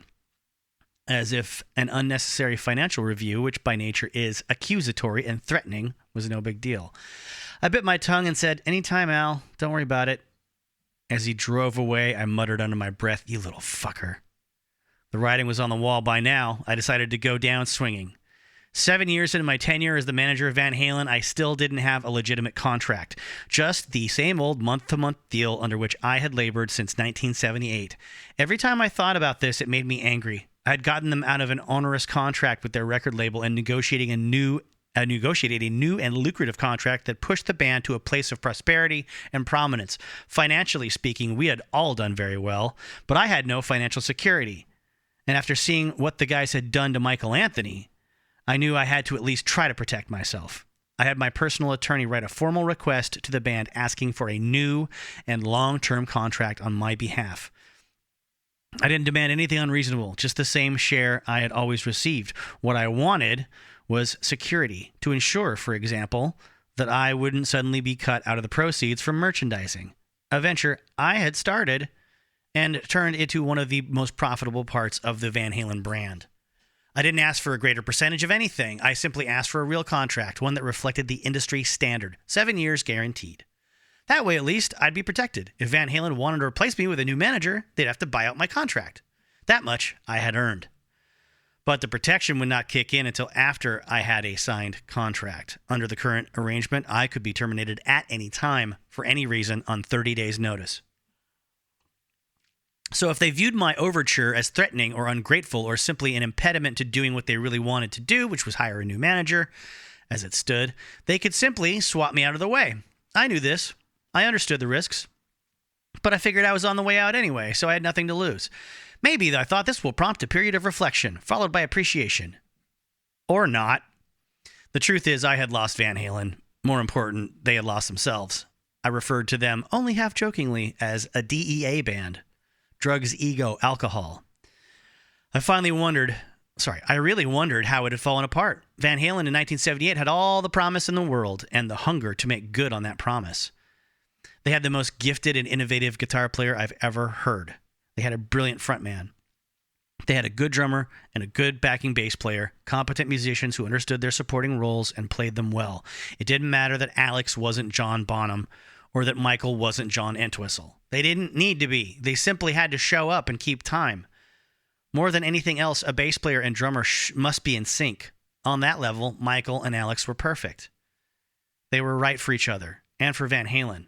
Without Van Halen, well, my personal opinion is that both Michael and Alex would have struggled. Gifted artists abound in the music business. Some of the very best are unknown to the layperson simply because they spend most of their time in the studio doing session work as independent contractors. These guys never need nor want the headache and stress that comes with being part of a band. The touring and the bickering and the endless struggle to break through on a major scale. Instead, they go to a comfortable studio every day and work with an eclectic mix of artists. They are handsomely compensated because they know how to do the job right every time. They live relatively stress-free lives. And they want to keep it that way, thank you very much. They are also insanely talented and completely reliable. In sum, they are consummate professionals in every sense of the word. Alex and Michael might have found the session world somewhat challenging. But as long as they were under the umbrella of Van Halen, they were protected. They were solid musicians who found the perfect vehicle to become superstars. I felt bad that Michael had been pushed to the periphery, and I worried about what might become of him without Van Halen. I had a harder time working up much sympathy for Alex. So clearly, there's probably a few pages of bad blood brewing between Alex and Noel. While 3/4 of Van Halen sat around and waited for divine inspiration, David Lee Roth proceeded like a force of nature with his plans to release a solo EP. To put it mildly, this was not the type of venture that David's fans would have anticipated. but it was very much in keeping with the sample he had played for me on the Concorde several months earlier. And in fact, did not stray far from the flamboyant cabaret act that had long been trying to break through David's hard rock exterior. The 4-song EP Crazy from the Heat was released on January 28 and almost instantly became a polarizing entry in the Van Halen David Lee Roth canon. Many fans hated it. Some found it interesting and fun. For David, though, the EP's primary purpose was not to placate or even entertain the legions of Van Halen fans, but rather to broaden his own audience and expand upon his brand by trying something different while simultaneously recording the kind of music he actually liked. David was into high-energy party music and not just of the pop metal variety. He was a big fan of Motown, for example. His personal mixtapes often reflected that. On that level, there's no denying Crazy from the Heat was an unqualified success. Critical response might have been lukewarm at best, but the EP was embraced by top 40 radio stations and fans alike. These things go hand in hand, spawning 2 hit singles and popular videos that propelled the EP to platinum status. I'm pretty sure. I mean, I remember at the time seeing the California Girls video on MTV during a short sort of California vacation to my mom's cousin's place. I had never seen MTV before, and yeah, I mean, I think it was. I mean, I saw that video multiple times during a visit at someone else's house. I think that Mr. Broken Wings, I recall. I don't remember much else on MTV at the time. I don't think they wanted us to watch too much MTV at that age that we were, in my case, 6 years old. But I think if you were not a heavy metal fan, I'm not even saying hard rock, even maybe hard rock fan or whatever, in the public consciousness, I think the average person saw the California Girls video or the Just a Gigolo video and thought, oh, that's Van Halen. I think I don't know. I think that's probably one of the things that those are the people that got it into the top 40. The folks that didn't buy a Van Halen record probably saw the Jump video, maybe bought the Jump single or something like that. Who knows? So he goes on to talk about the songs, yada, yada, yada. The guy, he points out, the guy that's being corny and like strutting around in the videos like Louis Prima, that's the real David Lee Roth. And a lot of Van Halen fans kind of found that guy repellent. But Noel feels it was probably liberating for him to unleash his inner lounge singer. And even he doesn't come out and say whether it was deliberate as far as him trying to sabotage Van Halen or just something that was really well planned that could lead to a post-Van Halen future further down the road. But Noel says he had successfully taken the first step towards independence and had done it in a fashion that was at once shameless and sly. Now, to touch on Eddie's accusation that, like Noel was just in Dave's back pocket and was doing his bidding, I'm sure it could seem that way because Noel himself says, I was with David all the time in those days and I had trouble separating the sincerity from the shit. The guy was impenetrable. In some ways, it was easier to deal with Alex, whose alcoholism could make him angry, vindictive, and manipulative, but also rather transparent.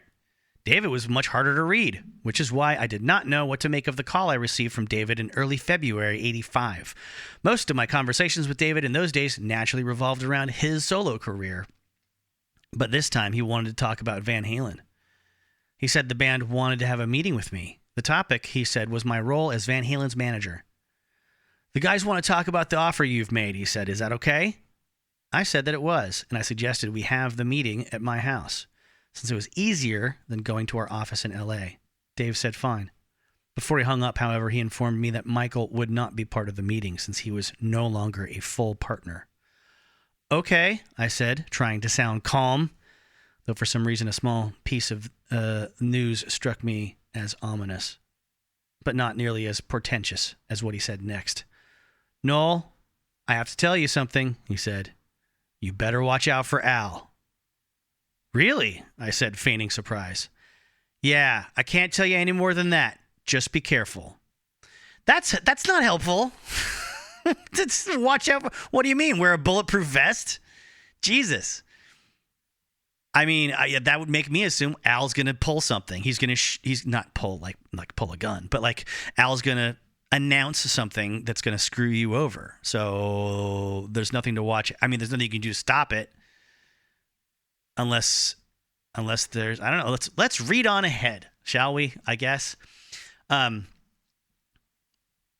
you might reasonably ask why David would give me any advance notice about what was to come. And the answer was simple. At the same time that my departure was being engineered by Al, David was planning his own exit. And frankly, he wanted me to be part of that strategy. He figured if I was fired by Van Halen, I'd be eager to help orchestrate his career. In other words, he was sort of working both sides of the street. A more generous reading of the situation would be that David honestly felt we were friends, which only speaks to how deluded he really was. Oh man, now I really do have to go back and read some other stuff. I don't have time to read every single book from cover to cover when I do this research. But man, yeah. I think I might have said earlier that I read this book when it came out. Now I can't remember, since it was so long ago, if it was the Van Halen saga by Ian Christ, or Christ. Or if it was this one. I want to say it was this one, though, or at least I tried to read most of it. The next day they get together at Noel's house. Al and Eddie driving together with David coming in on his bicycle. He hadn't been in the same room with Alex, Edward, and David in several months at this point. Probably the first time he thinks that the three of them had been in a room together in quite a while. It felt weird to be conducting official band business without Michael present, but clearly the parameters of our organization had changed. We were no longer a family. We were a business entity that was breaking apart. He talks about this as a memory that has never lost clarity for him. He says, I can still see Alex and David sitting together on my sofa, Al appearing grim, and David looking like he wanted to run out of the room. I see Edward lying on the floor directly in front of him, his eyes glassy as usual, but his ever-present smile strangely missing. Edward used to remind me of Pigpen, the Peanuts character forever surrounded by a cloud of dust. In Edward's case, the cloud was white and stemmed from his intractable use of cocaine. As he shifted his weight from one arm to the other, tiny little puffs of white powder rose like talcum from his shirt. He was obviously high, but not happy. But then, happy was a word that rarely applied to Van Halen at that time. I don't know if he's saying those clouds are like metaphorical, or literally like there's white powder on. I mean, he doesn't make it clear. I mean, I'm assuming it's the vision he's having in his mind and his memory, but so he sits in a lot of uncomfortable silence and nobody wants to start anything, so he just flat out asks them what they've decided, and they hadn't developed any strategy for actually starting the meeting or presenting any information to him.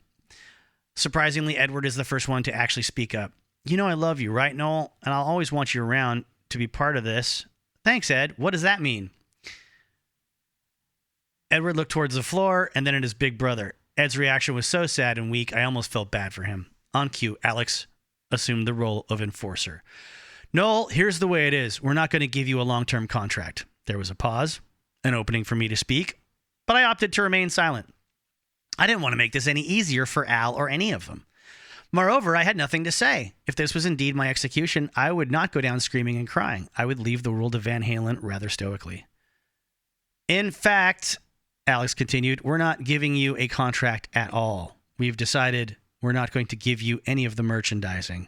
We're not going to give you any of the publishing. We're not going to give you any royalties or touring revenue. All we want you to do is book our tour. Another long pause as Alex waited for me to say something. I did not. I just stared at him. Noel, he finally said, we're getting new management. I had been staring hard at Al, but the sound of someone trying to catch his breath caught my attention. I looked at David. There were tears rolling down his cheeks. Come on, Dave, get a grip. I'm not sure what was going through David's mind at that moment. The silence in the room eventually prodded Al into offering a few vague and feeble reasons for my dismissal. It's time for a change. We want to move in a new direction. That sort of thing. The only specific thing he mentioned regarding my performance was his disappointment over losing the SPARKOMATIC Endorsement to Supertramp. I didn't even have time to respond to that bit of nonsense. David beat me to it. That wasn't Noel's fault, he said, his voice hiccuping through the tears. That was my fault. I fucked it up. Alex gave David a hard and quizzical look, and I realized that Alex was hearing this news for the very first time. holy fucking God. David never told them what really happened. And this is a story that I have learned about for the first time myself recently from a series on YouTube, a fantastic series done by the Tapes Archive. And you've probably heard me mention the Tapes Archive before in the Van Halen episodes, and that's also the website I was reading the transcript of the Musician Magazine interview from.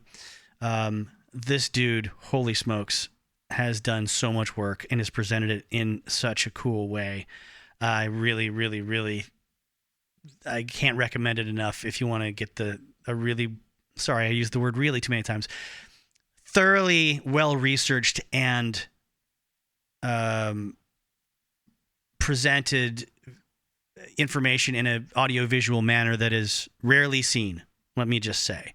It's better quality than the kind of stuff that we used to buy on DVDs or VHS tapes in the 90s and 2000s. It's got more info. I mean, we didn't have access to all this info back then in a way that was easy to research, quite frankly. People weren't all telling their stories and stuff. Everything that you bought back in the day was either an official release from a band that would be very biased in their favor and gloss over some of the bad stuff unless they wanted to talk trash about someone they kicked out of the band, or it would be sold as a documentary or appearing like a documentary when in reality it was just like handy cam footage of a backstage or on the tour bus interview with one of the band members for a magazine. Like someone was filming it for themselves while they were maybe writing a magazine article and using it for reference, but it was not a documentary by any stretch of the imagination. Like, oh great, I bought a home video called Anthrax Soldiers of Metal, and it's just an interview on the bus with Danny Spitz being asked, like, what movies has he seen lately?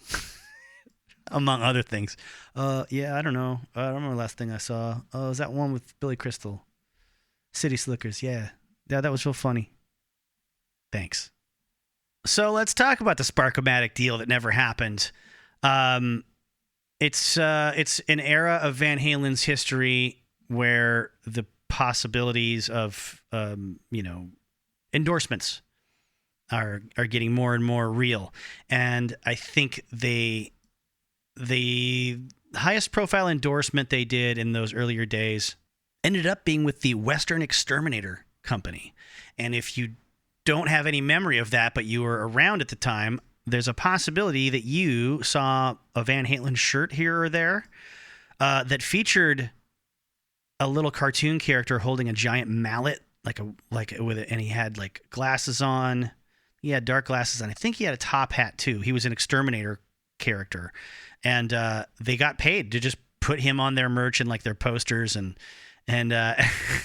advertisements and flyers and stuff. It looked cool.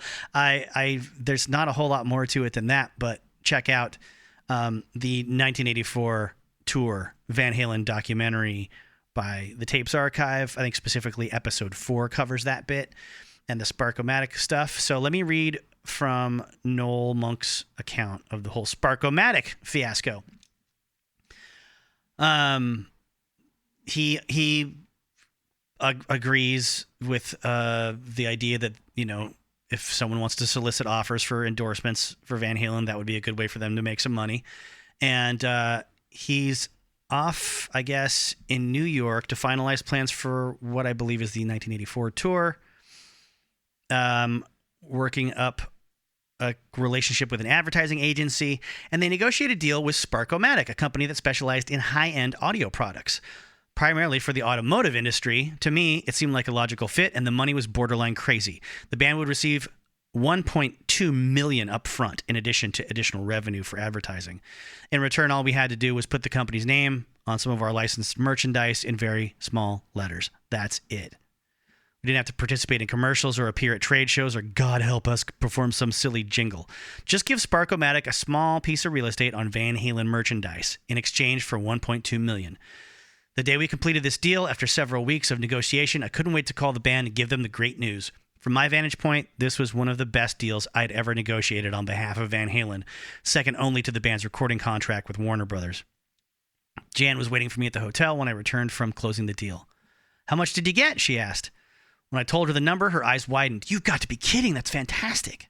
I thought so too. So I picked up the phone to deliver the great news to the band. They were all at Edward's house, awaiting my call. David got on the phone first. Hey, Noel, what's up? He sounded sleepy, a little aggravated, which wasn't unusual for David in those days, nor for any of the guys. Guess what? I began. I caught a deal for $1,200,000 for a sponsorship. Really? Who's the sponsor? David said after a long pause. SPARKOMATIC. Another long pause followed by a grumble. Never heard of them. I pressed on. That's okay. You will hear about them. They're a big radio company, and they've got a lot of money to throw around. Trust me, this is good. Better than good. It's fantastic. I could not believe I'd been put in the position of trying to convince David that a $1.2 million endorsement deal was a good thing, but this is what happened. Let me go ask the guys, he said. Before I had a chance to respond, David dropped the phone. I strained to hear what was happening, and David apparently had left the room. A minute passed, maybe 2 minutes, before he got back on the line. Either this had been the shortest band summit in the history of Van Halen, or he hadn't actually talked to anyone. Either way, I had a sinking feeling in my stomach. Noel? Yes. Fuck it, we don't want the deal. A wave of nausea swept through my body. I got lightheaded. David, I began, trying not to sound like someone who wanted to reach through the phone and strangle him. Think about this for a moment. This is an incredible offer. We're talking $250,000 per person, and you don't have to do anything. Well, yeah, I get it. We're not interested. Well, what exactly are you interested in, David? I mean, we want to make money, right? Not like this, he said. You want to get us a sponsorship? Fine. Make it Marlboro or Levi's. Otherwise, it's fuck you. Fuck you, really. This was pig-headed even by David's standards. Suddenly, the most cynical member of the band wasn't interested in making money. David, you've got to be kidding, I said. This is a tremendous opportunity. I'm not kidding, he said. Levi's or Marlboro or fuck your $1 million too. And then David hangs up the phone. And now, just to further show that Noel is not David's bagman, he's not just fighting for David against Van Halen and how he really feels about David. He says, during the months that they'd been holed up in the studio working on 1984 and calling me at all hours, I came to understand that the band was in a difficult place creatively and personally. But it wasn't until this deal fell apart that I realized it was much worse than I'd thought. My band was in trouble, which means I was in trouble. The serious problems with drugs and alcohol that had been present for years were not only causing interpersonal strife, but, in my view anyway, affecting the band's ability to make clear-headed decisions on important business matters. I will always believe that David turning down SPARKOMATIC had nothing to do with his taking a moral or creative stand. I smoke Marlboros and wear Levi's, so fuck everyone else. But rather an arbitrary and self-destructive declaration of power. To this day, I don't know what David had said to the other guys in the band on the day that I called. So now back to the end of the firing of Noel Monk. He had said that David points out that SPARKOMATIC was his fault. Anyway, water under the bridge or over the dam or whatever the hell it is that water, wherever the hell it is that water goes when the damage is done. It might have been nice for David to demonstrate some accountability before they had decided to shit-can the manager, but I'm not sure it would have made much difference. There were personal factors at play here that rendered any reasonable arguments about performance superfluous. That much was obvious.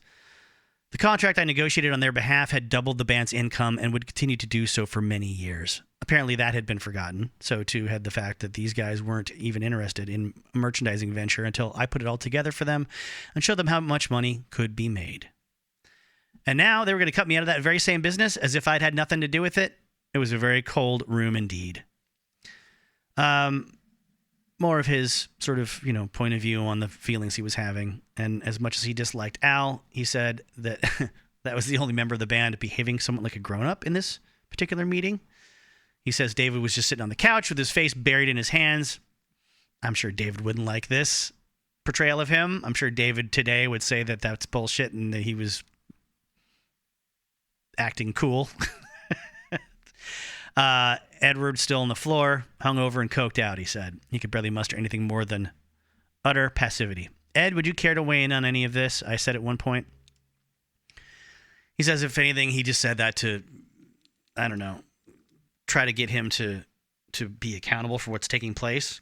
And because he kind of cared about Ed a lot and had, at times, had some real affection for the guy. Whatever Al wants, I guess, was Eddie's response. I can't fight with him anymore. A few minutes later, it was over. The last thing I said as I walked them to the door was, "It's been a pleasure, guys." There was no response, just a nod from Alex and muted sniffling from Edward and David. As the boys walked away, Jan came out of our bedroom. We stood together and watched out the front window. For a moment, they stopped at the end of the driveway and began talking to each other. The conversation quickly became animated. It looked like David and Alex were arguing, though I can't be sure. But it ended quickly. David hopped on his bike and pedaled away, and the brothers Van Halen got into their car and drove off into the California sunset. I never spoke with any of them again, which is curious, because it goes straight to the epilogue after that. And this, I want to know what about Sue and Dave. I guess he only spoke to him through legal intermediaries or court documents after that. Her boyfriend stood her up. He's at the donut place now. He's looking real cocky. Making excuses. Men are scum.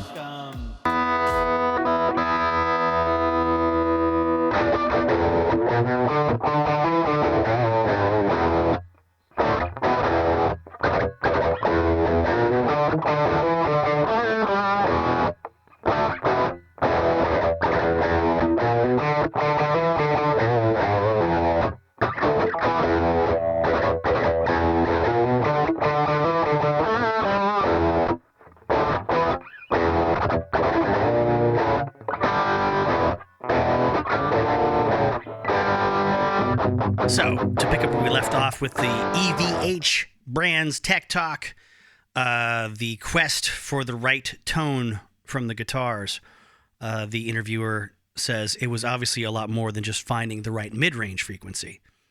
Eddie says it would blow your mind how many variables are involved, and not just with the pickup, but also with the reaction between the pickup and the wood, how it's wired. That's why I prefer to bolt the pickup directly to the wood. Everything needs to be connected. It starts with your fingers, the pickups take it from there, and then it goes through the cable to the amp. When I developed my first signature model with Music Man, that was the first time the neck humbucking pickup was totally different from the bridge humbucker. I hooked up with some pickup companies and asked them to make me a different neck pickup. That helped. This guitar is the culmination of years of trial and error. We made a lot of errors, but they led to a lot of breakthroughs. The instrument is the connection between you and the ears of the people that allows you to express every emotion that comes out in your playing. The instrument is the connection between you and the ears of the people that allows you to express every emotion that comes out in your playing. I don't want to say I'm pissed off all the time, because even when I'm happy, I'm aggressive and I beat the shit out of my guitar. It has to hold up to every rage and happy moment. You've been through this process several times, so you know what you like.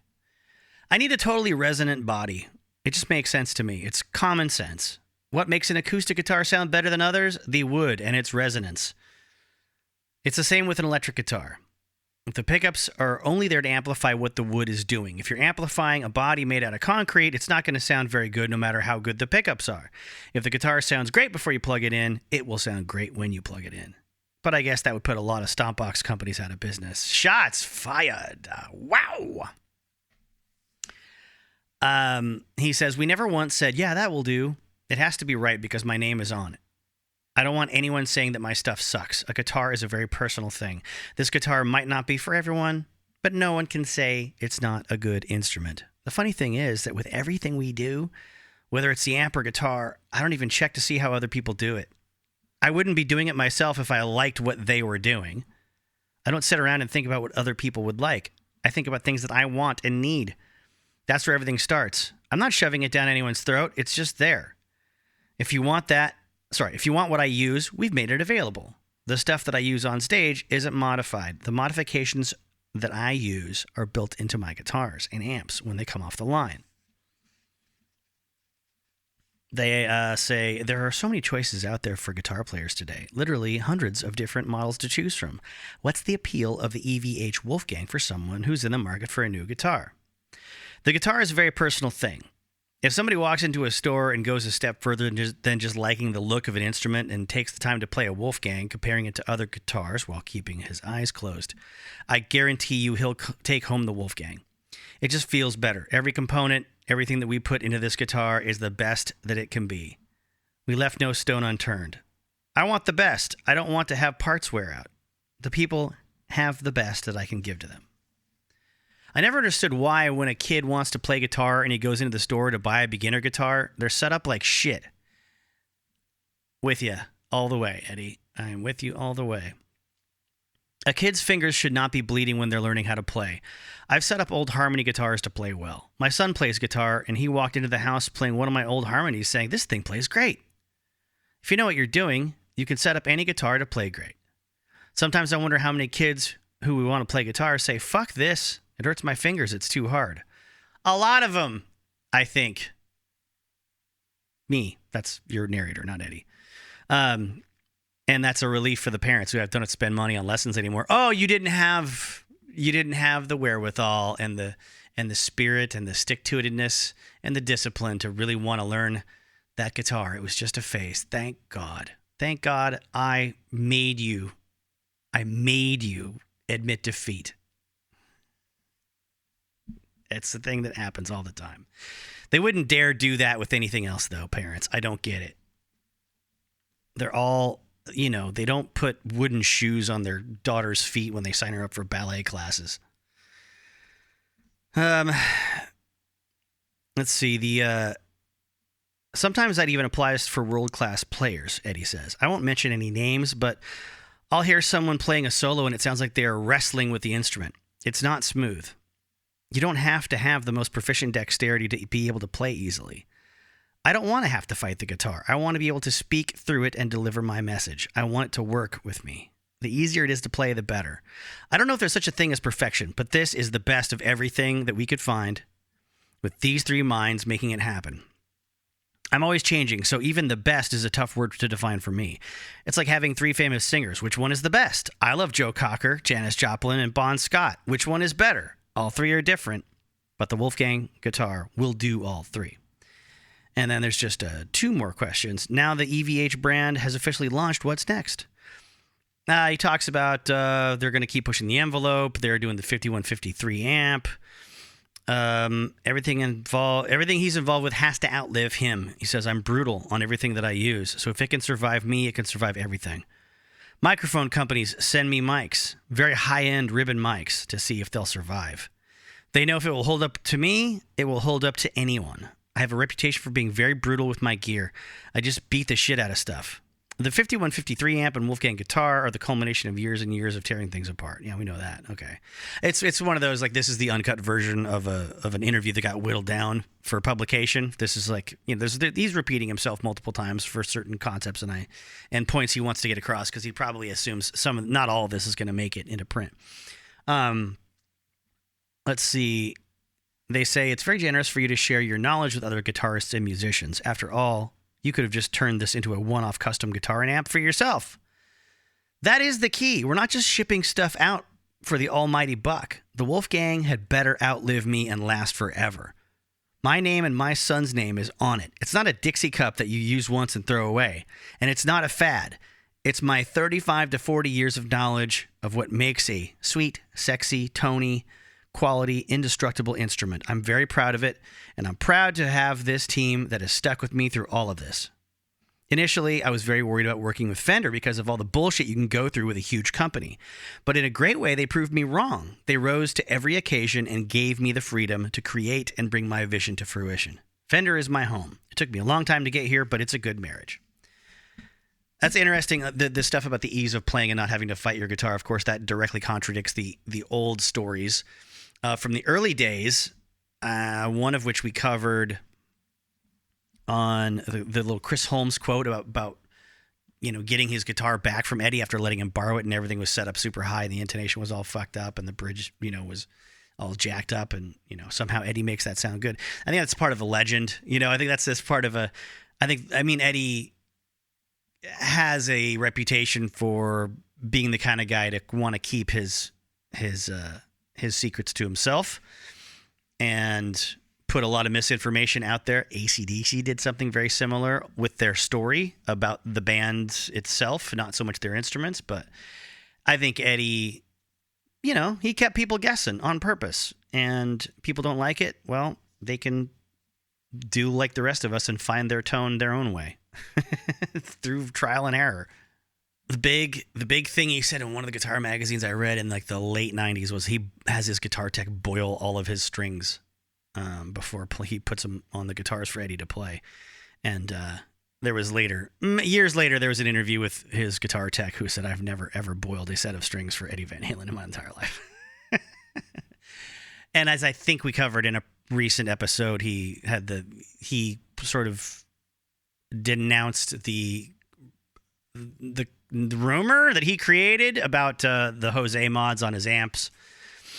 Who knows if that's the truth? Who knows if he did? He says he just did it to get Jose some business, and he played through unmodified amplifiers. I'm sure there's like 10 sets of people in Hollywood that would have their own take on that, very credible take on that story or that possibility. But Eddie's gonna take that one with him, or he has rather, to wherever he is now. That's for him to know and us to not find out, I say.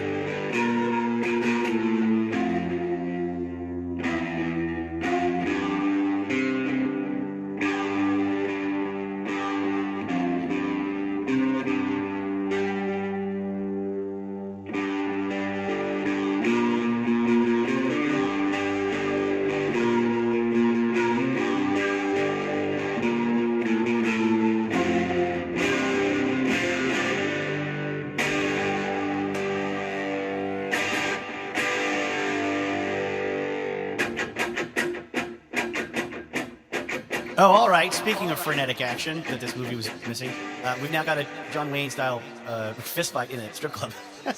There's some massive wabos being flung around, all soaked up.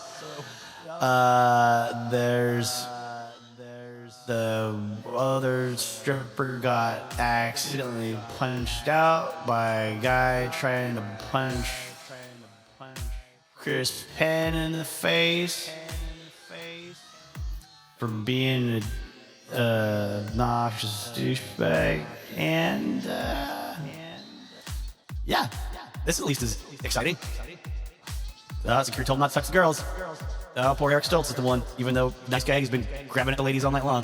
Eric Stoltz gets kicked out because the girl fell on him. What are you going to do? All right. This helps. And we've got the promise of the Joey Lawrence-looking kid is probably going to fuck with the cop that's banging Leah Thompson in the back of the donut shop right now. If not soon, then later, perhaps. Oh my God, is this Ben Stein working in this Army Navy surplus store? Yep.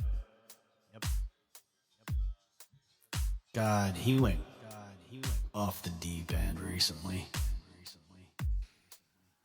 So I mentioned earlier that I wanted to get back to a couple of Noel Monk stories. I did read through the epilogue of the book. The getting fired and sacked was really the end of the action in the book. He doesn't talk about suing David Lee Roth, so I don't know where I'd have to go to find that information. There's a few things here and there he mentions, and it talks about in '86 going to the Roxy to see some band, and him and his wife Jan going backstage and seeing the an old acquaintance in a guy named Eddie, who was security on the road for Van Halen, who at that time had moved on to working with David Lee Roth, and they have to have sort of a discussion / mild disagreement about the fact that David is there at the Roxy and wants Eddie to remove Noel and Jan from the scene because he doesn't want to see them. Anyway, back to where I was earlier in the book and hadn't touched on yet. Now that we know there's a lot of acrimony between him and Al, I remembered seeing this at the top of one paragraph. 2 more stories, both involving Al. We were all sitting outside by the hotel pool one day. A guy named Mike had flown in for a couple of days to take care of the boys' grooming needs. Mike was a hairdresser or a stylist, or whatever you want to call him. Point is, he was really good at his job, an artistic young man with a good sense of humor and the patience to deal with a bunch of egotistical rock stars. On this particular day, as he fussed over a grumpy Alex, Mike decided to lighten the mood by giving Al a little kiss. Now, I have no idea whether Mike was gay or straight, and it really doesn't matter in the least. The point is, Al took this humorous gesture as an affront to his manhood and got seriously pissed off. He didn't try to hurt Mike or anything, but he did go on a rant that was as far out of proportion as to what happened. "I don't ever want that fucker working here again," he screamed at one point. Poor Mike was scared, bewildered, and disappointed. He liked Al. He liked all the guys in Van Halen. He simply hadn't realized that the band had mostly lost its collective sense of humor. Another story, another hotel, midway through the tour, on the night of the show. What city? I don't know. Doesn't really matter. Could have been anywhere. In a throwback to earlier and more innocent times, David decided to play a practical joke on Alex. Actually, it wasn't much of a joke, and it required little ingenuity. It was more a case of David just fucking with his bandmate by inserting a nozzle of the fire extinguisher under his door and setting it off. The ensuing noise, the accompanying blizzard of white powder, provoked a response from Alex that was probably a bit more heated than David had anticipated, or maybe it was exactly the response he expected and hoped for. Regardless, when I heard the commotion in the hallway, I left my room, and what I saw was at once comical and pathetic. There was Alex, naked, I presume he had a girl in his room, screaming at David, promising to rip his fucking head off, and David laughing in response. Between them trying to de-escalate the situation was Eddie Anderson, our chief of security, and David's personal bodyguard. "I'm gonna fucking kill you, David!" Al kept screaming. Emboldened by Eddie Anderson's presence, David would press forward, laugh a little, and then toss off a threatened response. "I'll kick your ass, Al. You're a fucking pussy." But he didn't mean it. David was not a tough guy. He was all show. This is a man who once signed up for karate lessons and paid in advance for enough schooling to take him all the way through to a black belt, but I doubt he went more than a few times. He liked to fashion himself as something of a martial artist, but it was all style and no substance. The best example of this, after a show at Madison Square Garden in New York, someone tried to break into the luggage compartment on our tour bus. We caught the guy, skinny little Hispanic kid, might have weighed 95 pounds, before he could get away, and he wound up hiding under the back of the bus.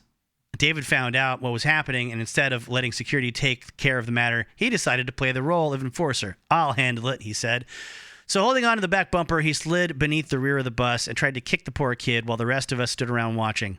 We let this go on for about 10 minutes until David became exhausted and pulled himself from under the bus, his chest heaving, his legs covered with dirt. After he walked away, we coaxed the kid out. He was just a street kid, obviously poor and maybe homeless, so it was hard not to pity him. "Don't be stupid," I told the kid. "Next time we'll send someone after you who knows what they're doing, and you might get hurt, understand?" The kid nodded, and we sent him on his way.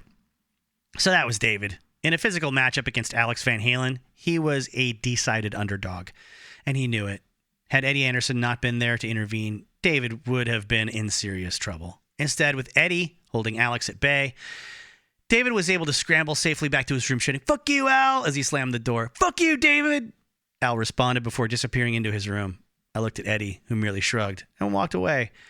He might have been thinking the same thing I was thinking. In 1978, or even 82, spraying a fire extinguisher under a hotel door would have been viewed as an offense so minor it might have gone unnoticed.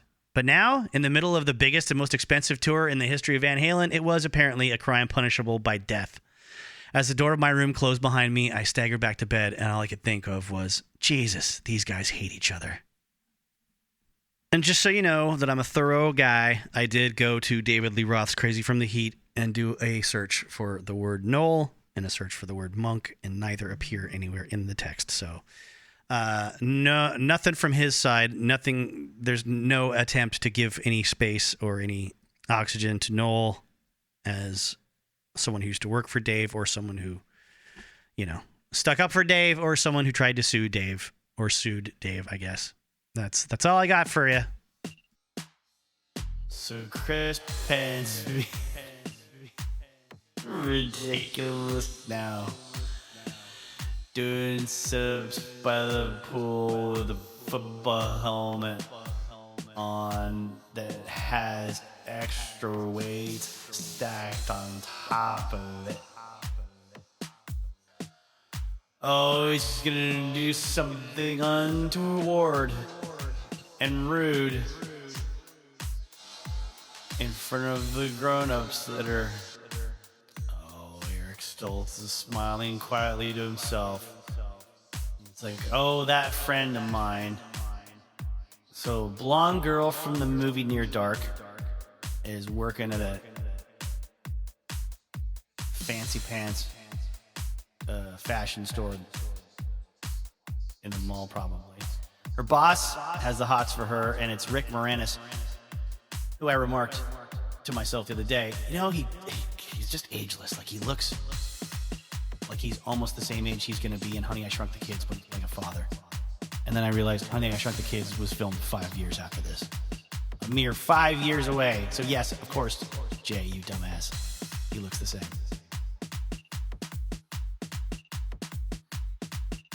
Okay, Rick Moranis had Eileen's boyfriend kicked out.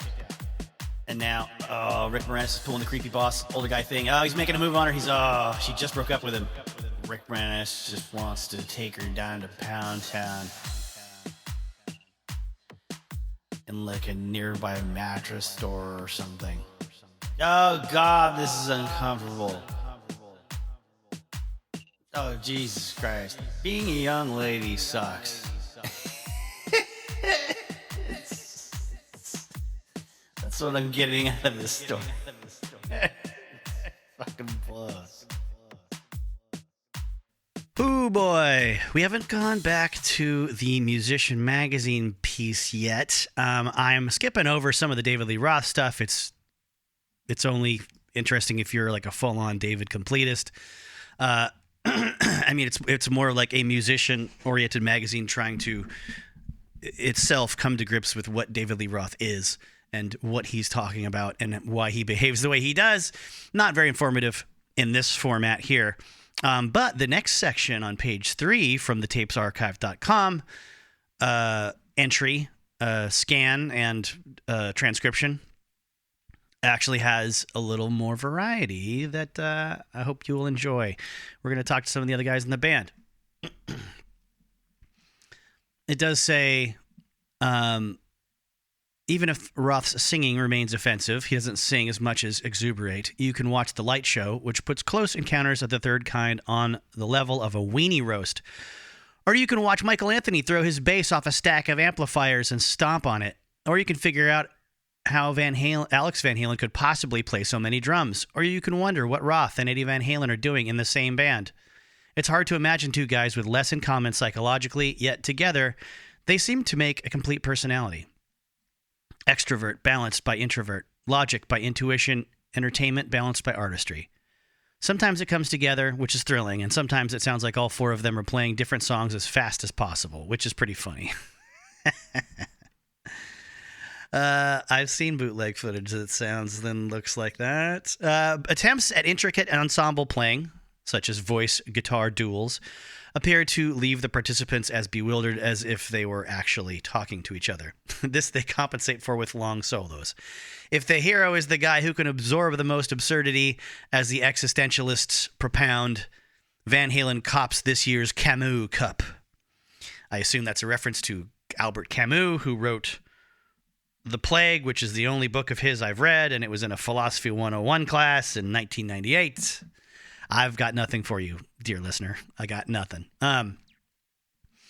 Unlike most guitarists, Eddie smiles and rarely grimaces. But even when 20,000 kids are chanting, Eddie, Eddie, the smile is shy.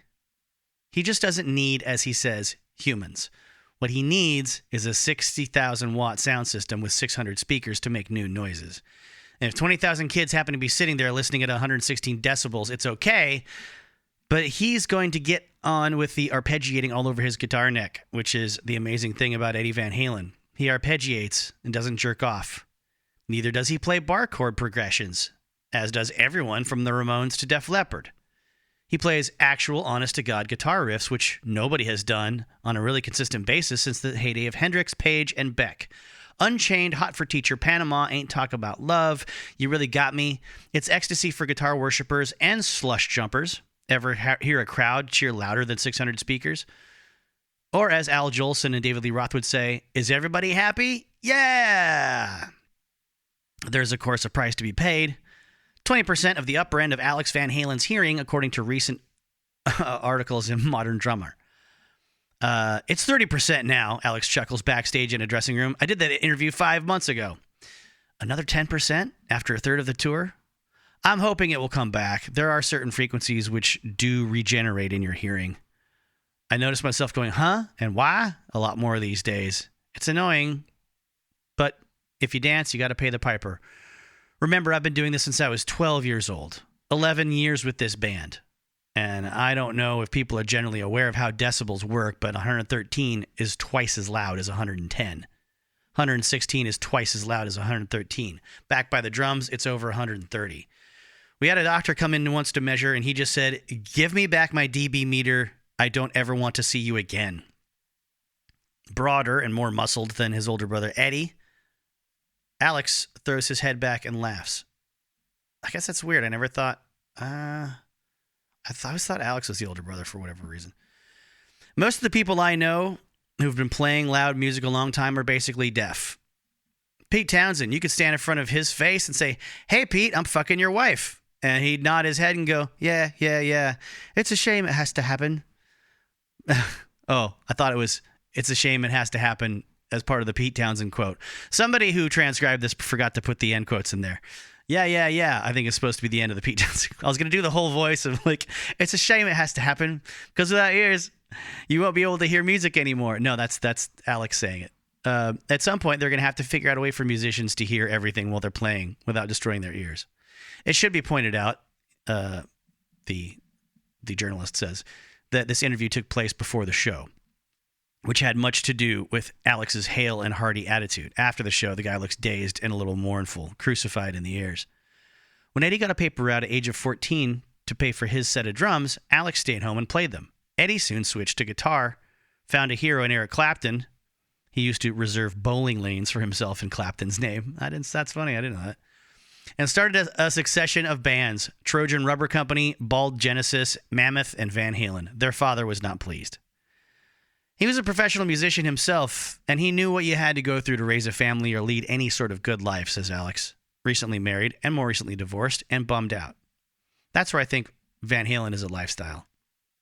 Dave used to have an expression that carries a lot of truth. We aren't this way because we're in a rock band. We're in a rock band because we are this way. You can't force it. You can't fake it. Traveling 10 months a year, being in the studio, staying in close quarters with 3 other humans can get on your nerves if you're really into it. If you approach it as a business, a means to an end, you're in the wrong place. Massive, gnarled, and fat-fingered, Alex's hands are the sort you would expect on a guy who's been tearing face masks off of quarterbacks for the LA Raiders. See this? Alex says, indicating a jagged brown scar on his left forearm. Hey, I bet $50,000 for this. You put your arms together and drop a cigarette in the middle. 4 hours of smelling burned skin. It was like fried chicken after a while. For 4 hours, they sat there with a burning cigarette between their arms. Not a cigarette, 2 packs. It burns and burns and burns. The first guy to move his arms loses. Jesus, you want to see Jesus? I was at a friend of mine's birthday at a Japanese restaurant. There was a little grill at the table where they cooked the food, and I finished.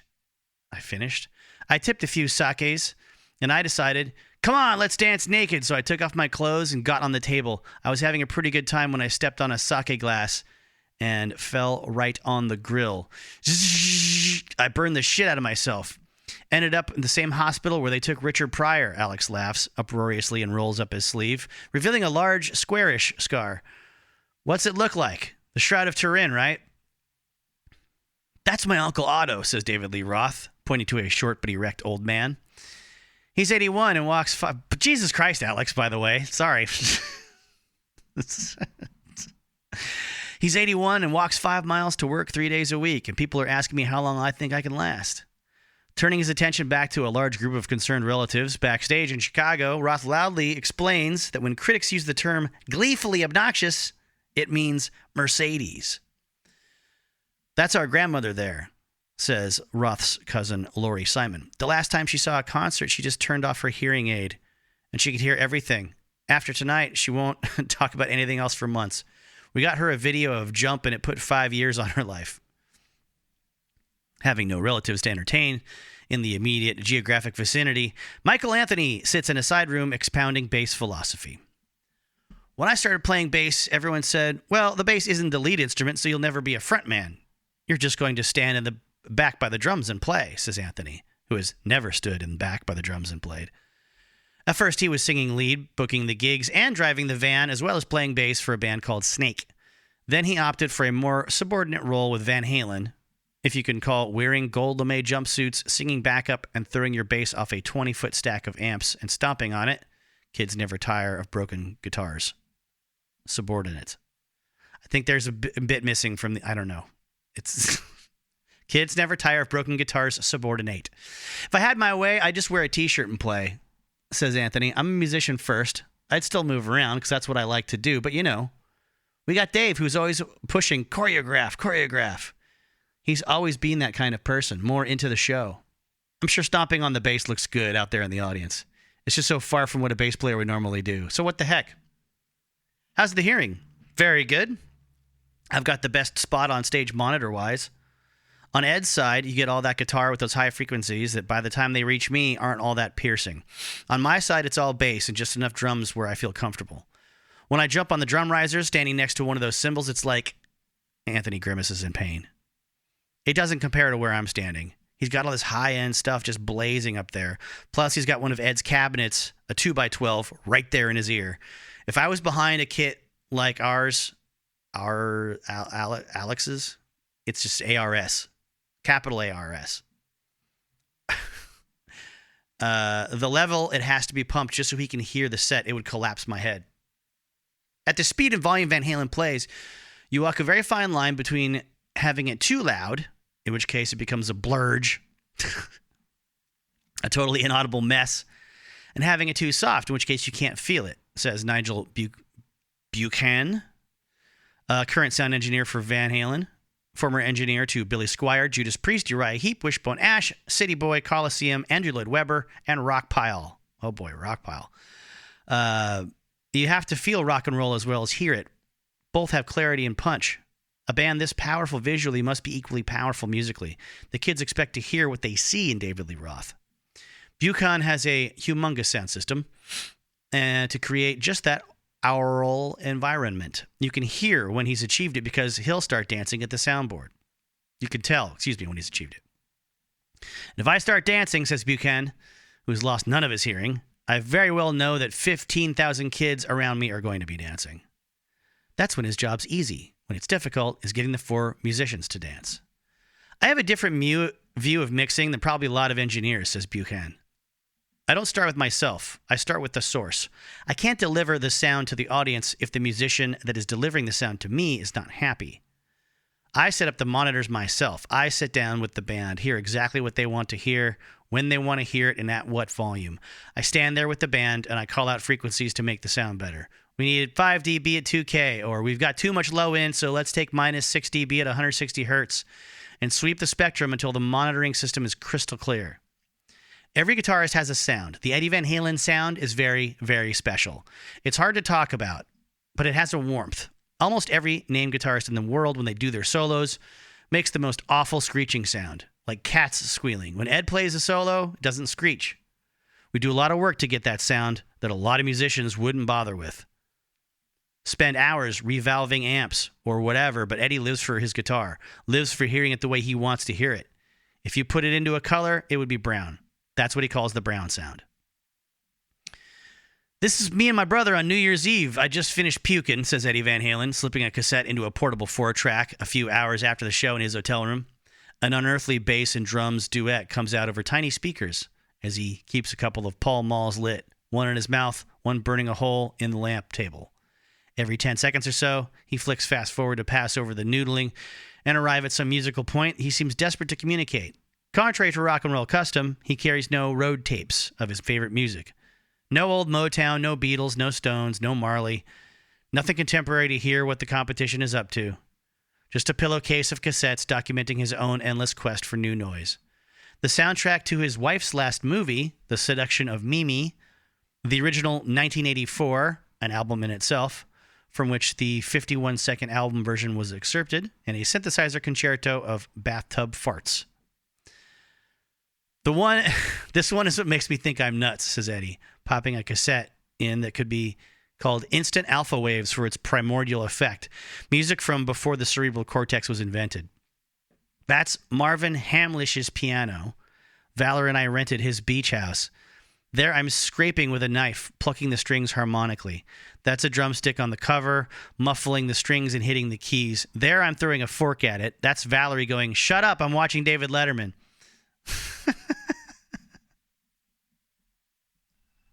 And now we're getting towards the end of the article. It kind of devolves into, I mean, it's not super interesting towards the end. They get into talking about the Brown sound some more.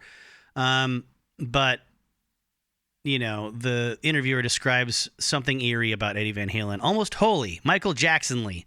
Anyone who can throw a fork at a piano and make more music than most people on the charts do with entire bands, that's very strange. Just being in his presence, let alone living with it, is a little frightening. The guy has no persona, no wall of normal behavior between him and his suspicious world. Just pure essence of feeling. When he likes you, he kisses you. When he's frustrated, he throws one of his delicate hands into the wall and busts a knuckle. It would appear the only route to the Brown sound, Alex originated the term, and Nigel understands it, and Don Landy understands it better than anyone. This is Eddie speaking now. It's tone, it's wood, as opposed to a cinder block. You can have the AM radio in your car blaring, and the actual sound level's not loud at all, but it sounds hurting to the ear, whereas you can have a nice home stereo at a much higher dB level, but it's warm. One is Brown and one isn't. And I'll leave it at that. You know, there's another 2/3 of a page, but it kind of, it's not that interesting. It was good, but that's a lot. That was, you know, 3 long pages. I'm sure in the Musician magazine itself, when it was printed, it took up at least 10. When you add in all the breaks and the formatting and the photos and stuff.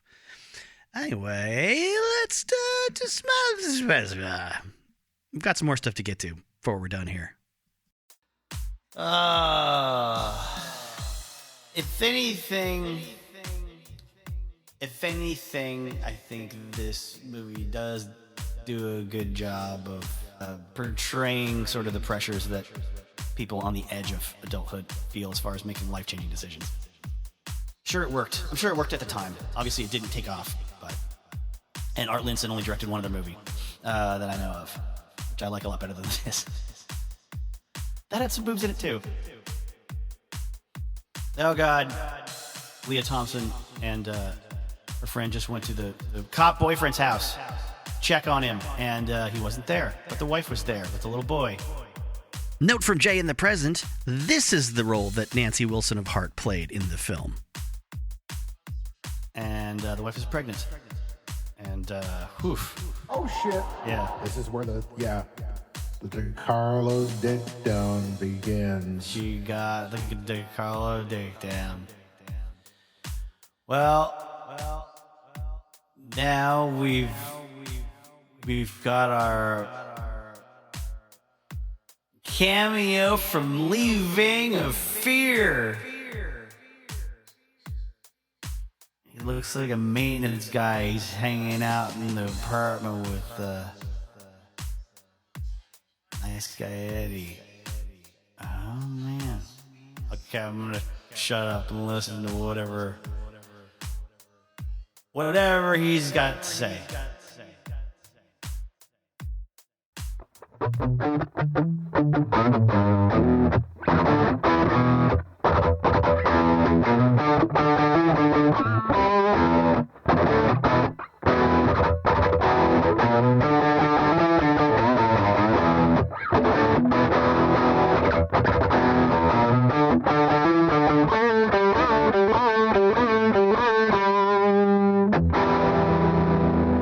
Well, friends, we're at 2.5 hours, and I think I'm going to cut it off there because the next bit I intended to go here was me reading some more stuff from Michael Anthony's perspective.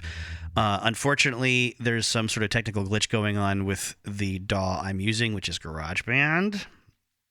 And it is playing that audio as if it is affected by the speed fluctuations you hear in my movie reactions. Somehow that is affecting this one file that is in this track that is specifically selected to not be affected by those speed changes.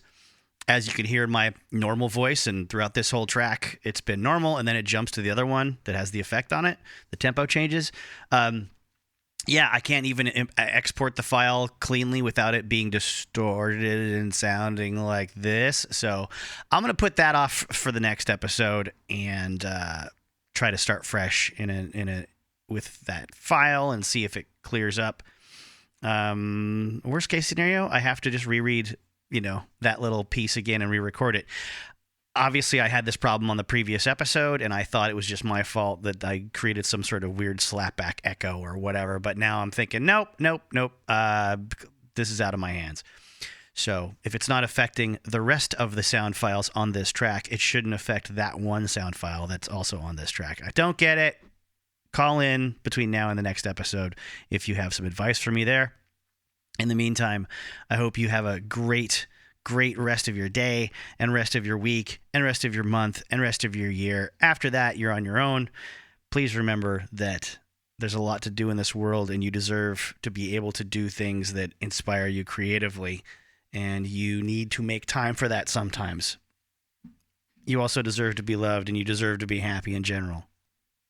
Even if you decided to once name your band Seafood Mama. And we're Seafood Mama. Our show tonight is being brought to you as a stereo simulcast on KOIN TV, Channel 6, and KQFM 100 on your radio dial. So tune them both in and sit back and enjoy. If you enjoy the program and the other programs I've put out previously, and why wouldn't you? And you'd like to encourage others to check it out, and why wouldn't you? I say do it. If you want to help support, there is the Patreon. $3 a month gets you 4 extra hours of recorded audio about the history of rock and roll. And you can also make donations on PayPal. That link is in the description, but the Patreon is as well, and it's www.patreon.com/rockfilmrock. Now, the next episode, I will finish off the film reactions to The Wildlife. There's only a couple more minutes of those. And I will probably be covering another film that features a Van Halen tie-in from the same era, and that is Better Off Dead.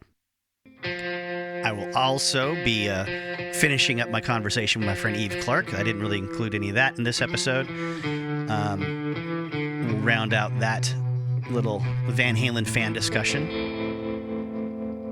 Until next time, even if you forget everything you've heard on this entire episode up until now, please remember always that rock and roll is the best. And so are you.